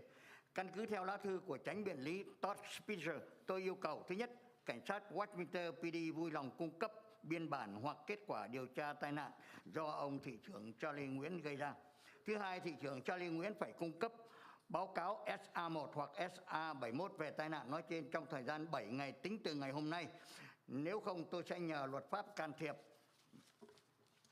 Thị trưởng Charlie Chí Nguyễn phải cho cư dân Westminster biết chiếc xe Tesla do ông lái đã sửa chữa tại đâu và chi phí sửa xe hết bao nhiêu. Nếu không cung cấp mẫu báo cáo SA1 hoặc SA71 thì thị trưởng Charlie Chí Nguyễn đã vi phạm trầm trọng luật lệ giao thông của tiểu bang California. Vì theo luật California, tất cả những va chạm giao thông phải báo cáo cho DMV mẫu SA1 hoặc SA71 nếu thiệt hại từ $1,000 trở lên cho bất cứ bên nào. Theo tôi thì thị trưởng Charlie Chí Nguyễn đã vi phạm luật DMV vì không báo cáo SA trong vòng 10 ngày. Và thứ ba, theo nhà báo Đoàn Trọng cho biết thì sự việc đã được thị trưởng Charlie Chí Nguyễn tự thương lượng về phía bên thiệt hại bồi thường để không khai báo bảo hiểm và DMV. Điều này chứng tỏ rằng thị trưởng Charlie Chí Nguyễn đã nói dối trước lời tuyên thệ và câu viết ngay sau lưng ông In God We Trust về tội cố tình che đậy, tội DUI và trên căn bản đạo đức của một thị trưởng Hoa Kỳ. Tôi yêu cầu ông Charlie Chí Nguyễn hãy can đảm từ chức để bảo vệ danh dự cho bản thân và gia đình ông vì sự thiếu thành thật. Cư dân Westminster sẽ không tha thứ cho những người ỷ quyền thế để lừa dối cư dân qua mặt luật pháp. Nhưng việc đáng tiếc lại vi phạm bởi chính ông thị trưởng Charlie Chí Nguyễn chính là người ông đã tuyên bố một câu "No one is above the law" trên đài truyền hình. Sau 48 năm định cư ở Mỹ, tôi mới biết câu chuyện không ai ngồi trên luật pháp là không đúng trong việc này. Nên nhớ, ông từng là chủ tịch Đoàn Thanh niên Công giáo quận Cam và tôi hy vọng ông cũng không phí tiền, tôi cũng không phí tiền mướn thám tử tư để điều tra vụ việc này. Xin cảm ơn tất cả quý vị. Ladies and gentlemen, my name is Wen Hung, residing in Westminster City tonight. Today I'm writing to you and the Westminster Police Chief regarding the District Attorney's letter responding to my question that Mayor Chi Charlie Wen, DMV, failed to report a traffic violation and provide me with a report from Form SR1 or SR71 about the incident at 3:30 p.m. on May 27, 2023 at the above location. Pursuant to Attorney Todd Spitzer's letter, I request 1, WPD Police, please provide the incident or results of the investigation of the accident caused by Mayor Chi Charlie Wen, and or 2, Mayor Chi Charlie Wen must provide an SR1 or SR71 report on the above accident within 7 days from today, or I will ask the court to intervene. Mayor Chi Charlie Wen must let Westminster residents know where the Tesla car he drove was repaired and how much did it cost to repair the car. If Mayor Chi Charlie Wen does not provide the SR1 or SR71 report form, he has seriously violated California traffic laws because according to California law, all traffic collisions must be reported to the DMV Form SR1 or SR71 if the damage is $1,000 or more up to from any party. In my opinion, Mayor Chi Charlie Wen violated DMV law by not reporting SR1 within the 10 days. And 3, according to journalist Trong Don, Mayor Chi Charlie Wen negotiated compensation for the incident so that the damaged party would not report the insurance to the DMV. This proves that Mayor Chi Charlie Wen, lying under oath, and look the sign behind his back, "In God We Trust," about intentionally covering up the crime of DUI and on the moral basis of an American mayor. I ask Mayor Chi Charlie Wen to have the courage to resign to protect the honor of yourself and your family because of your lack of honesty. Westminster residents will not tolerate those who rely on their power to deceive residents and bypass the law. But the unfortunate incident was violated by Mayor Chi Charlie Wen, who declared the phrase "no one's above the law" in video to the Vietnamese community. After 48 years of settling in America, I learned that the story "no one is above the law" is not true in this case. Remember, he used to be president of the Orange County Catholic Youth Union, and hopefully I won't waste money hiring private investigator to do this. And sorry about somebody messed with my papers, that's why I didn't have it. Okay, I still have a 43 minutes. I hope I don't need to bring this up to the court. And by the law, nobody above the law, he said that. I have a video, and he mentioned, he said he never did ever. I don't care. I just want to know the SR1. And DMV say don't have a report after 10 days. And no reason, have a under $1,000. You show me, what the repair costs for you. You told everybody before over here, you said, don't stop it, don't talk about SR1. I don't talk about, what the incident. I just talk about why you don't report it. Thank you very much. Our final speaker is Kai Dao. And I'll have a translator as well, speaking Vietnamese. Thank you.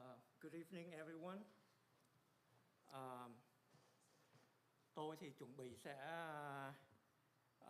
chắc năm quan đánh hơi, biết là tôi sẽ nói cái gì, thành ra đã cụp đuôi chạy mất, trốn mất rồi. Tôi chuẩn bị sẽ thông báo yêu cầu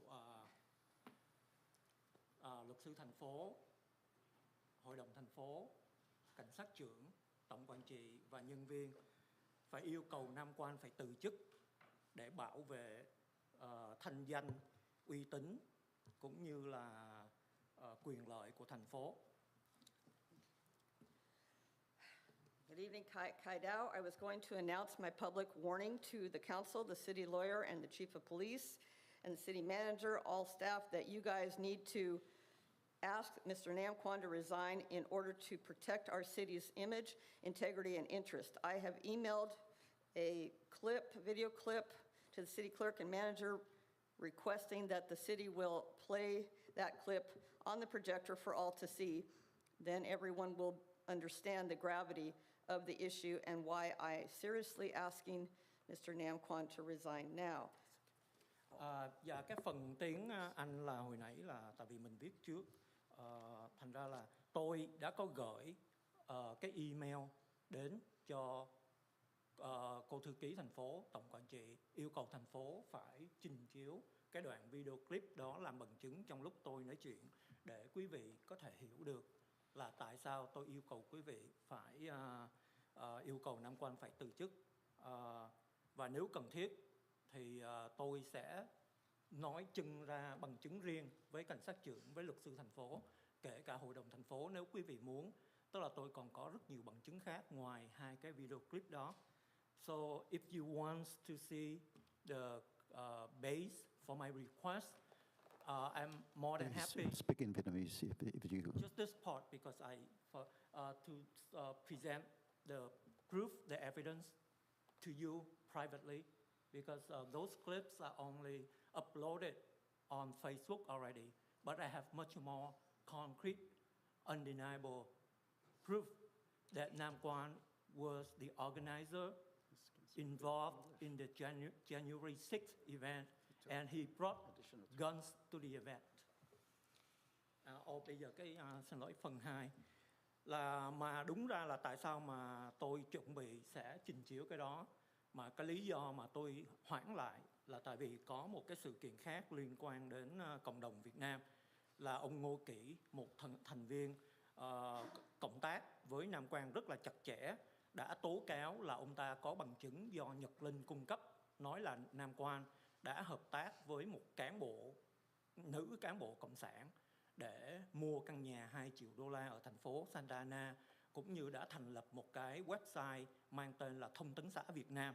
Và ông Ngô Kỷ nói ông ta hoàn toàn chịu trách nhiệm và ông ta có bằng chứng, và nhiều người đã nghe cái bằng chứng đó rồi.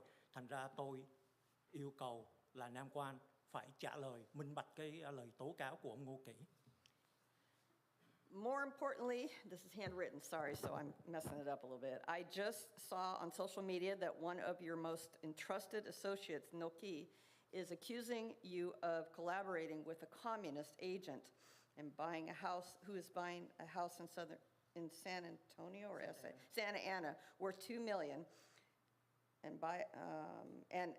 and to set up a media named the Vietnam News Agency.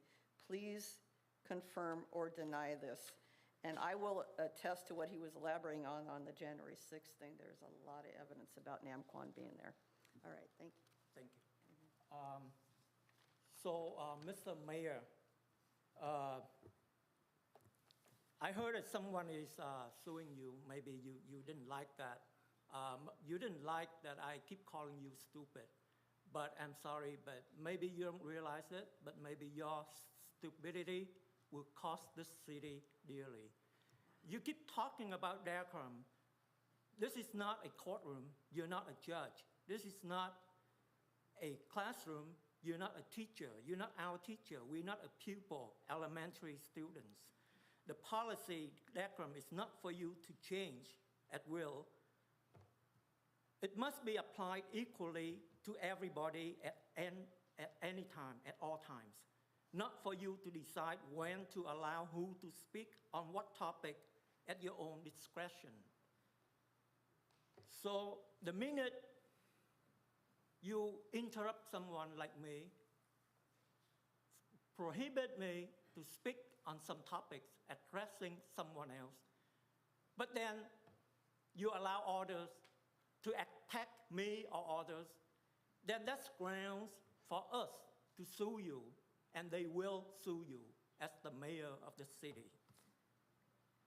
You cannot allow your cronies to malign your opponents at will, then constantly interrupt anyone like myself who speak against you or your game. So I'm just saying that I'm not going to sue you, but I understand why somebody is going to sue you. And instead of telling the lawyer that he's wrong, you should seek advice from him. Thank you very much. Thank you very much, and I respect your right, First Amendment right, and I listen to you, and I ask that you respect my right too. You call me stupid or stupidity, I am still your mayor. Okay, thank you. Next. Our next speaker is Lee Nguyen.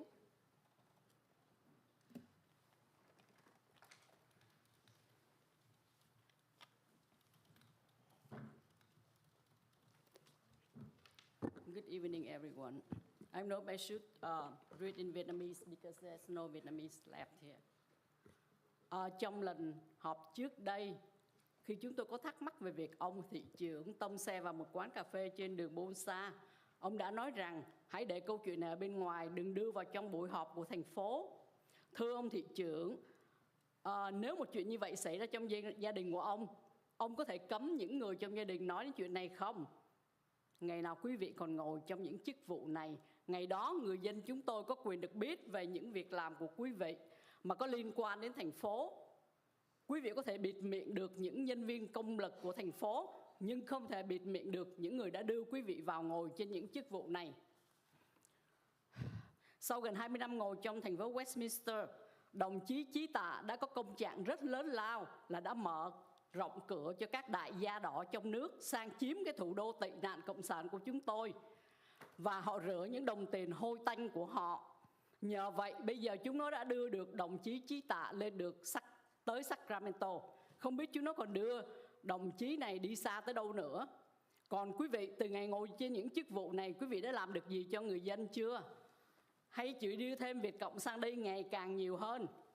Tại sao quý vị không nghĩ đến hàng triệu người lính Việt Nam Cộng Hòa và hơn 58.000 chiến binh Hoa Kỳ đã bỏ thây cho quý vị được sống sung sướng ở đất nước yên bình này? Tại sao quý vị không nghĩ đến gần nửa triệu người Việt Nam đã bỏ thây trong lòng đại dương, trong rừng thẳm mà không bao giờ họ đến được bến bờ tự do? Chúng tôi là những người đã liều chết chạy trốn Cộng sản. Chúng tôi không thể ngồi yên nhìn quý vị chào đón Việt Cộng sang đây. Thành phố thì trộm cướp nổi lên, người vô gia cư càng ngày càng nhiều. Nhưng quý vị ngồi đây đòi tăng lương. Nếu không thể chu toàn được việc giao phó thì hãy bước xuống để nhường chỗ cho những người xứng đáng đại diện cho chúng tôi.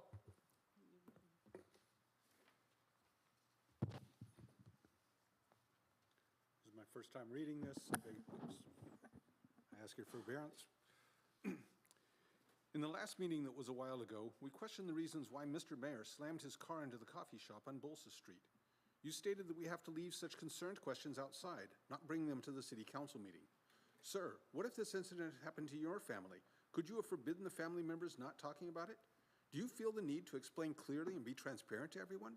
As long as you guys are still sitting in these positions, we demand the right to know whatever you have done related to the city.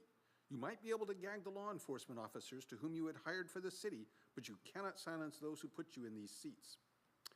After almost 20 years of engaging in Westminster city politics, Mr. Tri Ta had made a huge accomplishment by opening his arms for the red capitalist mogul in Vietnam to invade our little Saigon and launder their stinky, filthy wealth. Thanks to that, they now have pushed Tri Ta all the way to Sacramento. We don't know how much higher they will push him up to. As for you guys, since the day you took these positions, have you done anything good for the city yet? Or are you only letting more and more communists from Vietnam come to our safe haven? Why don't you think about the millions of South Vietnamese and more than 58,000 American troops who lost their lives for you to have a comfy life in this peaceful country? Why don't you think about almost 500,000 Vietnamese who lost their lives in the vast ocean or dense jungles on the way to escape communism? Those poor people never had a chance to set their foot in the land of freedom. We risked our lives to run away from communists. Therefore, we can't stay still watching you guys welcoming communists here. There have been robberies recently. There are more and more homelessness arising in the city while you are sitting there asking for your salary to be raised. If you can't fulfill the job, then please step down. We will make room for those who are eligible and qualified to represent us. Thank you. I think it's very ridiculous. Whoever come kiss you guys had the right and had the privilege to talk first. And who is against you had to wait until the end of the meeting. This communist way. Our next speaker is Tim Hogan.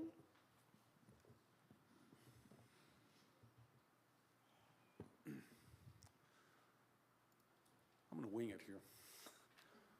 Fools take counsel only from themselves, while the wise seek the counsel of the many. I learn from everyone I encounter. I try to, at least. My first 7 times that I came to this council and spoke, was myself and what eventually ended up being hundreds of others, came in here to speak about Measure Y. We did that despite great opposition from the council, from people within the city. It was a strange situation, I must say. A strange situation. We're in here trying to say, hey, we got to do something to try and help this city. And on the other hand, there were people saying, no, let's not do that. But we did that. When we persisted, I persisted, and other people also came in, and we persisted throughout the time to do this.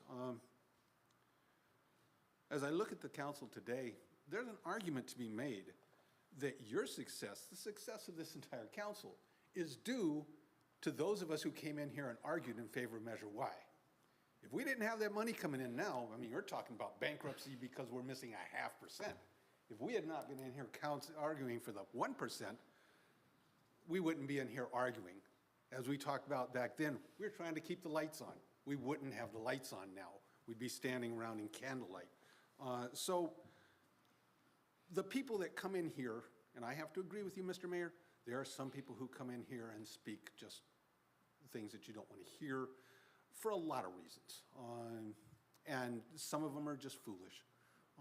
I mean, I admit it, I've said foolish things in here.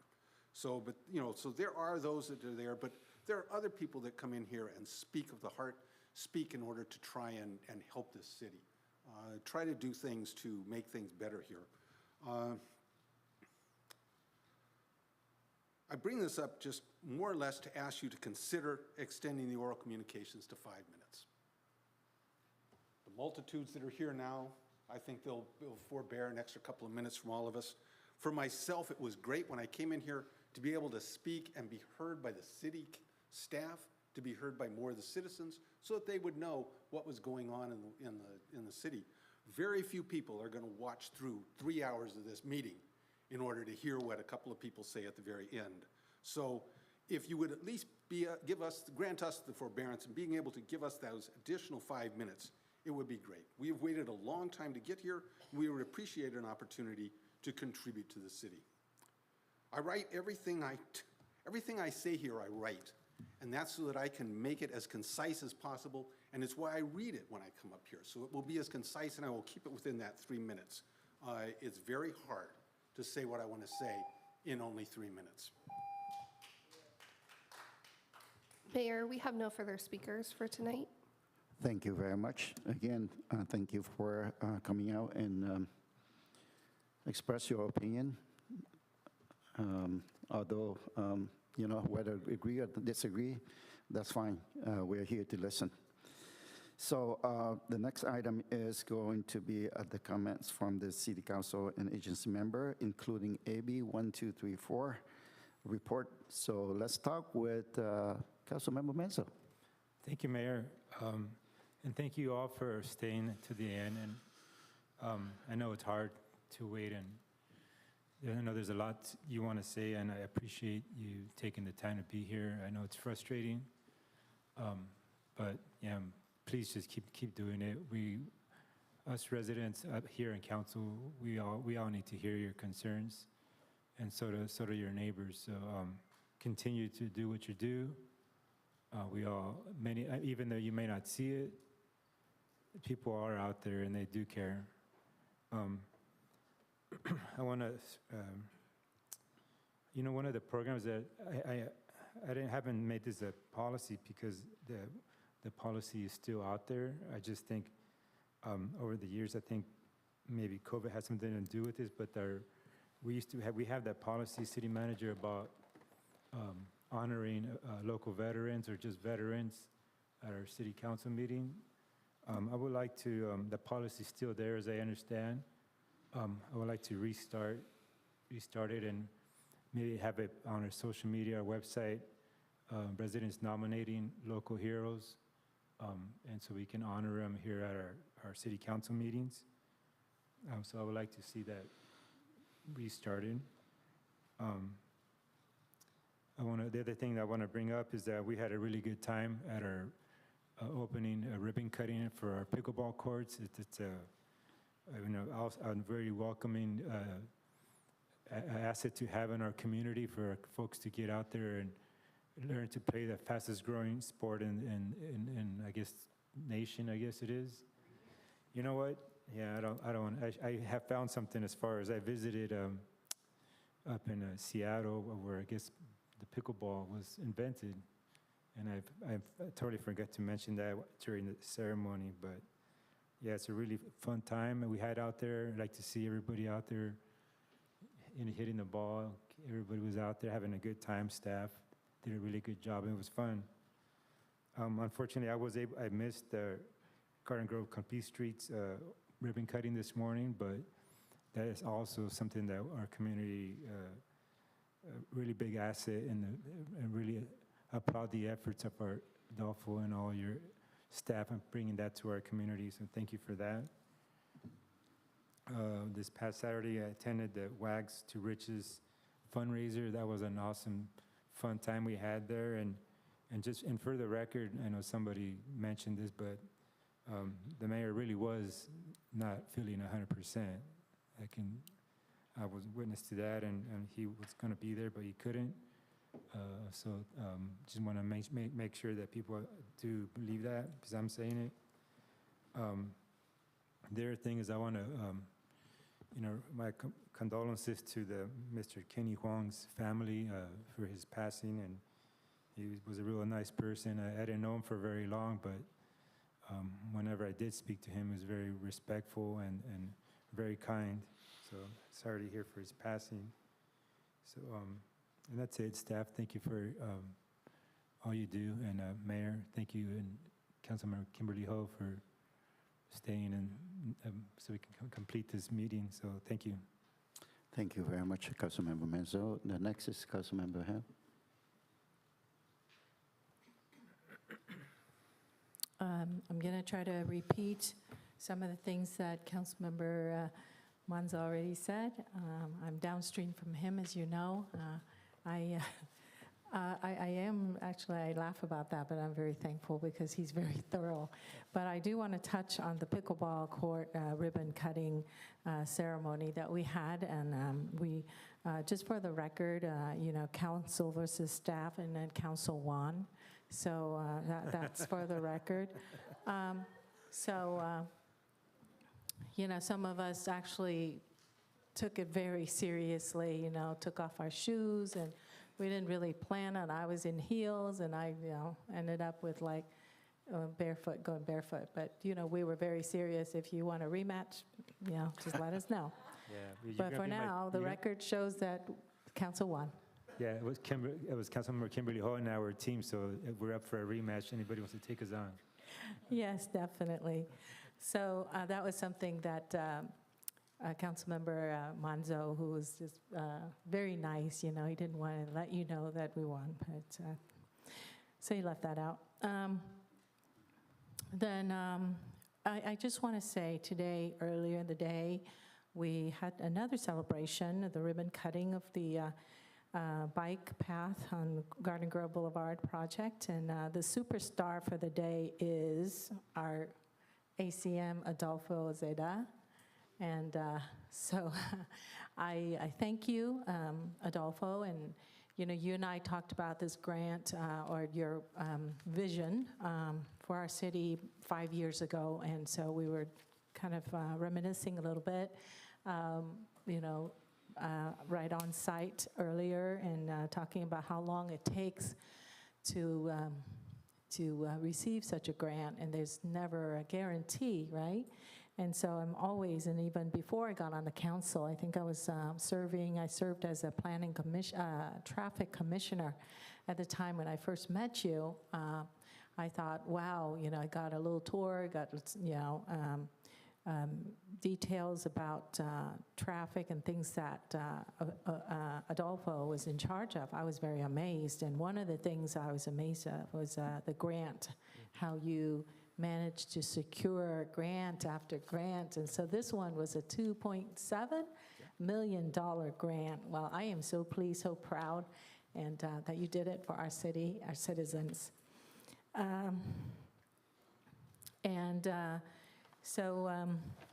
Thank you. You're welcome. Thanks so much. I think lastly, I'd like to express my condolences to Mr. Kenny Huang, who was our former vice chair of the QT committee. Thank you for your service, Kenny. I know you're up there looking down, and I know you're in a better place. And so we are very thankful for your service. Thank you. And thank you, Mayor. Thank you very much. As for me, there's no doubt that we have a lot of going on, and we have done, successfully over the last several months. Whether you agree or disagree, I have to say that staff have gone out of their way in making things happen. They organize events for the communities, and it's great turnout. I don't need to brag on it anymore because you all know about it. Along with that, we accomplished, several guidelines and ordinance, and accomplished projects after projects. When I said that is because over the last week or so, I was together with our council members here, attended the pickleball ceremony, grand opening, and then this morning we can see the big projects, and I'm overly surprised that we have a lot of agencies join us at the opening ceremony. And, I know that things is not going to happen just like this. Everything that, that at that scale, the staff have to put in a lot of effort to make that happen. And when I say staff, it takes all level, and it takes first it begin with the leadership. The leadership, without the leadership, we are not going to get there. And I'm very, very happy with the leadership that we have in place. And I want to thank you, each and every one of you, whether you are supervisor or director, assistant city manager, chief of police, commanders, or city attorney, including our Madam Clerk here, for putting your time in and make that happen. As you also heard for the report from the city manager earlier at the beginning, that there are more and more bigger and better activities that are planning in place, including the Tit Parade event. That's one of the big event that I know from Park and Recreation that they are working really hard to get it going. So from the bottom of my heart, I want to thank each and every one of you for the effort that you put in to make the city going forward. I also attended the State of the City of New York Belinda. Over the past 2 months, I was able to attend the State of City for Placentia, and then just recently for the York Belinda. Like I said earlier, last meeting, there's a lot to learn. You go out and you learn a lot from different cities, and when you go back and you can relay that message to the people here or the city staff, so that we can learn and then move on. And the only objective is to make this community better and better every day. Talking about the ceremony this morning for Westminster Garden Grove complete street projects, I have to take this moment to recognize our assistant city manager who has been working tirelessly on that project. I know that in the number of years that he put on, and he will continue to work on improving the next project, which is on for the Mendes 12, Bike 12. So, I know I've been working with him. I know exactly how much pain that you have to go through in order to get there. So I want to thank you, to you specifically for that. Okay.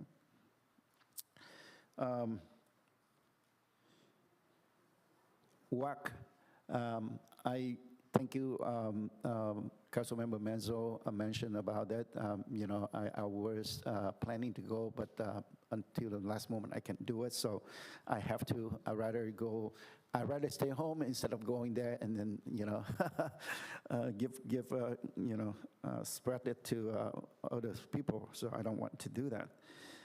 So I congratulate them for the fundraising, and hopefully I won't miss it next time.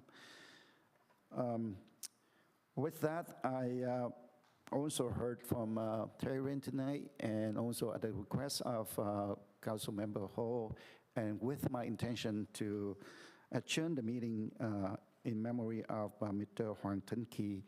He was a member of the QT Monument, and I know that he worked his best to do what he can.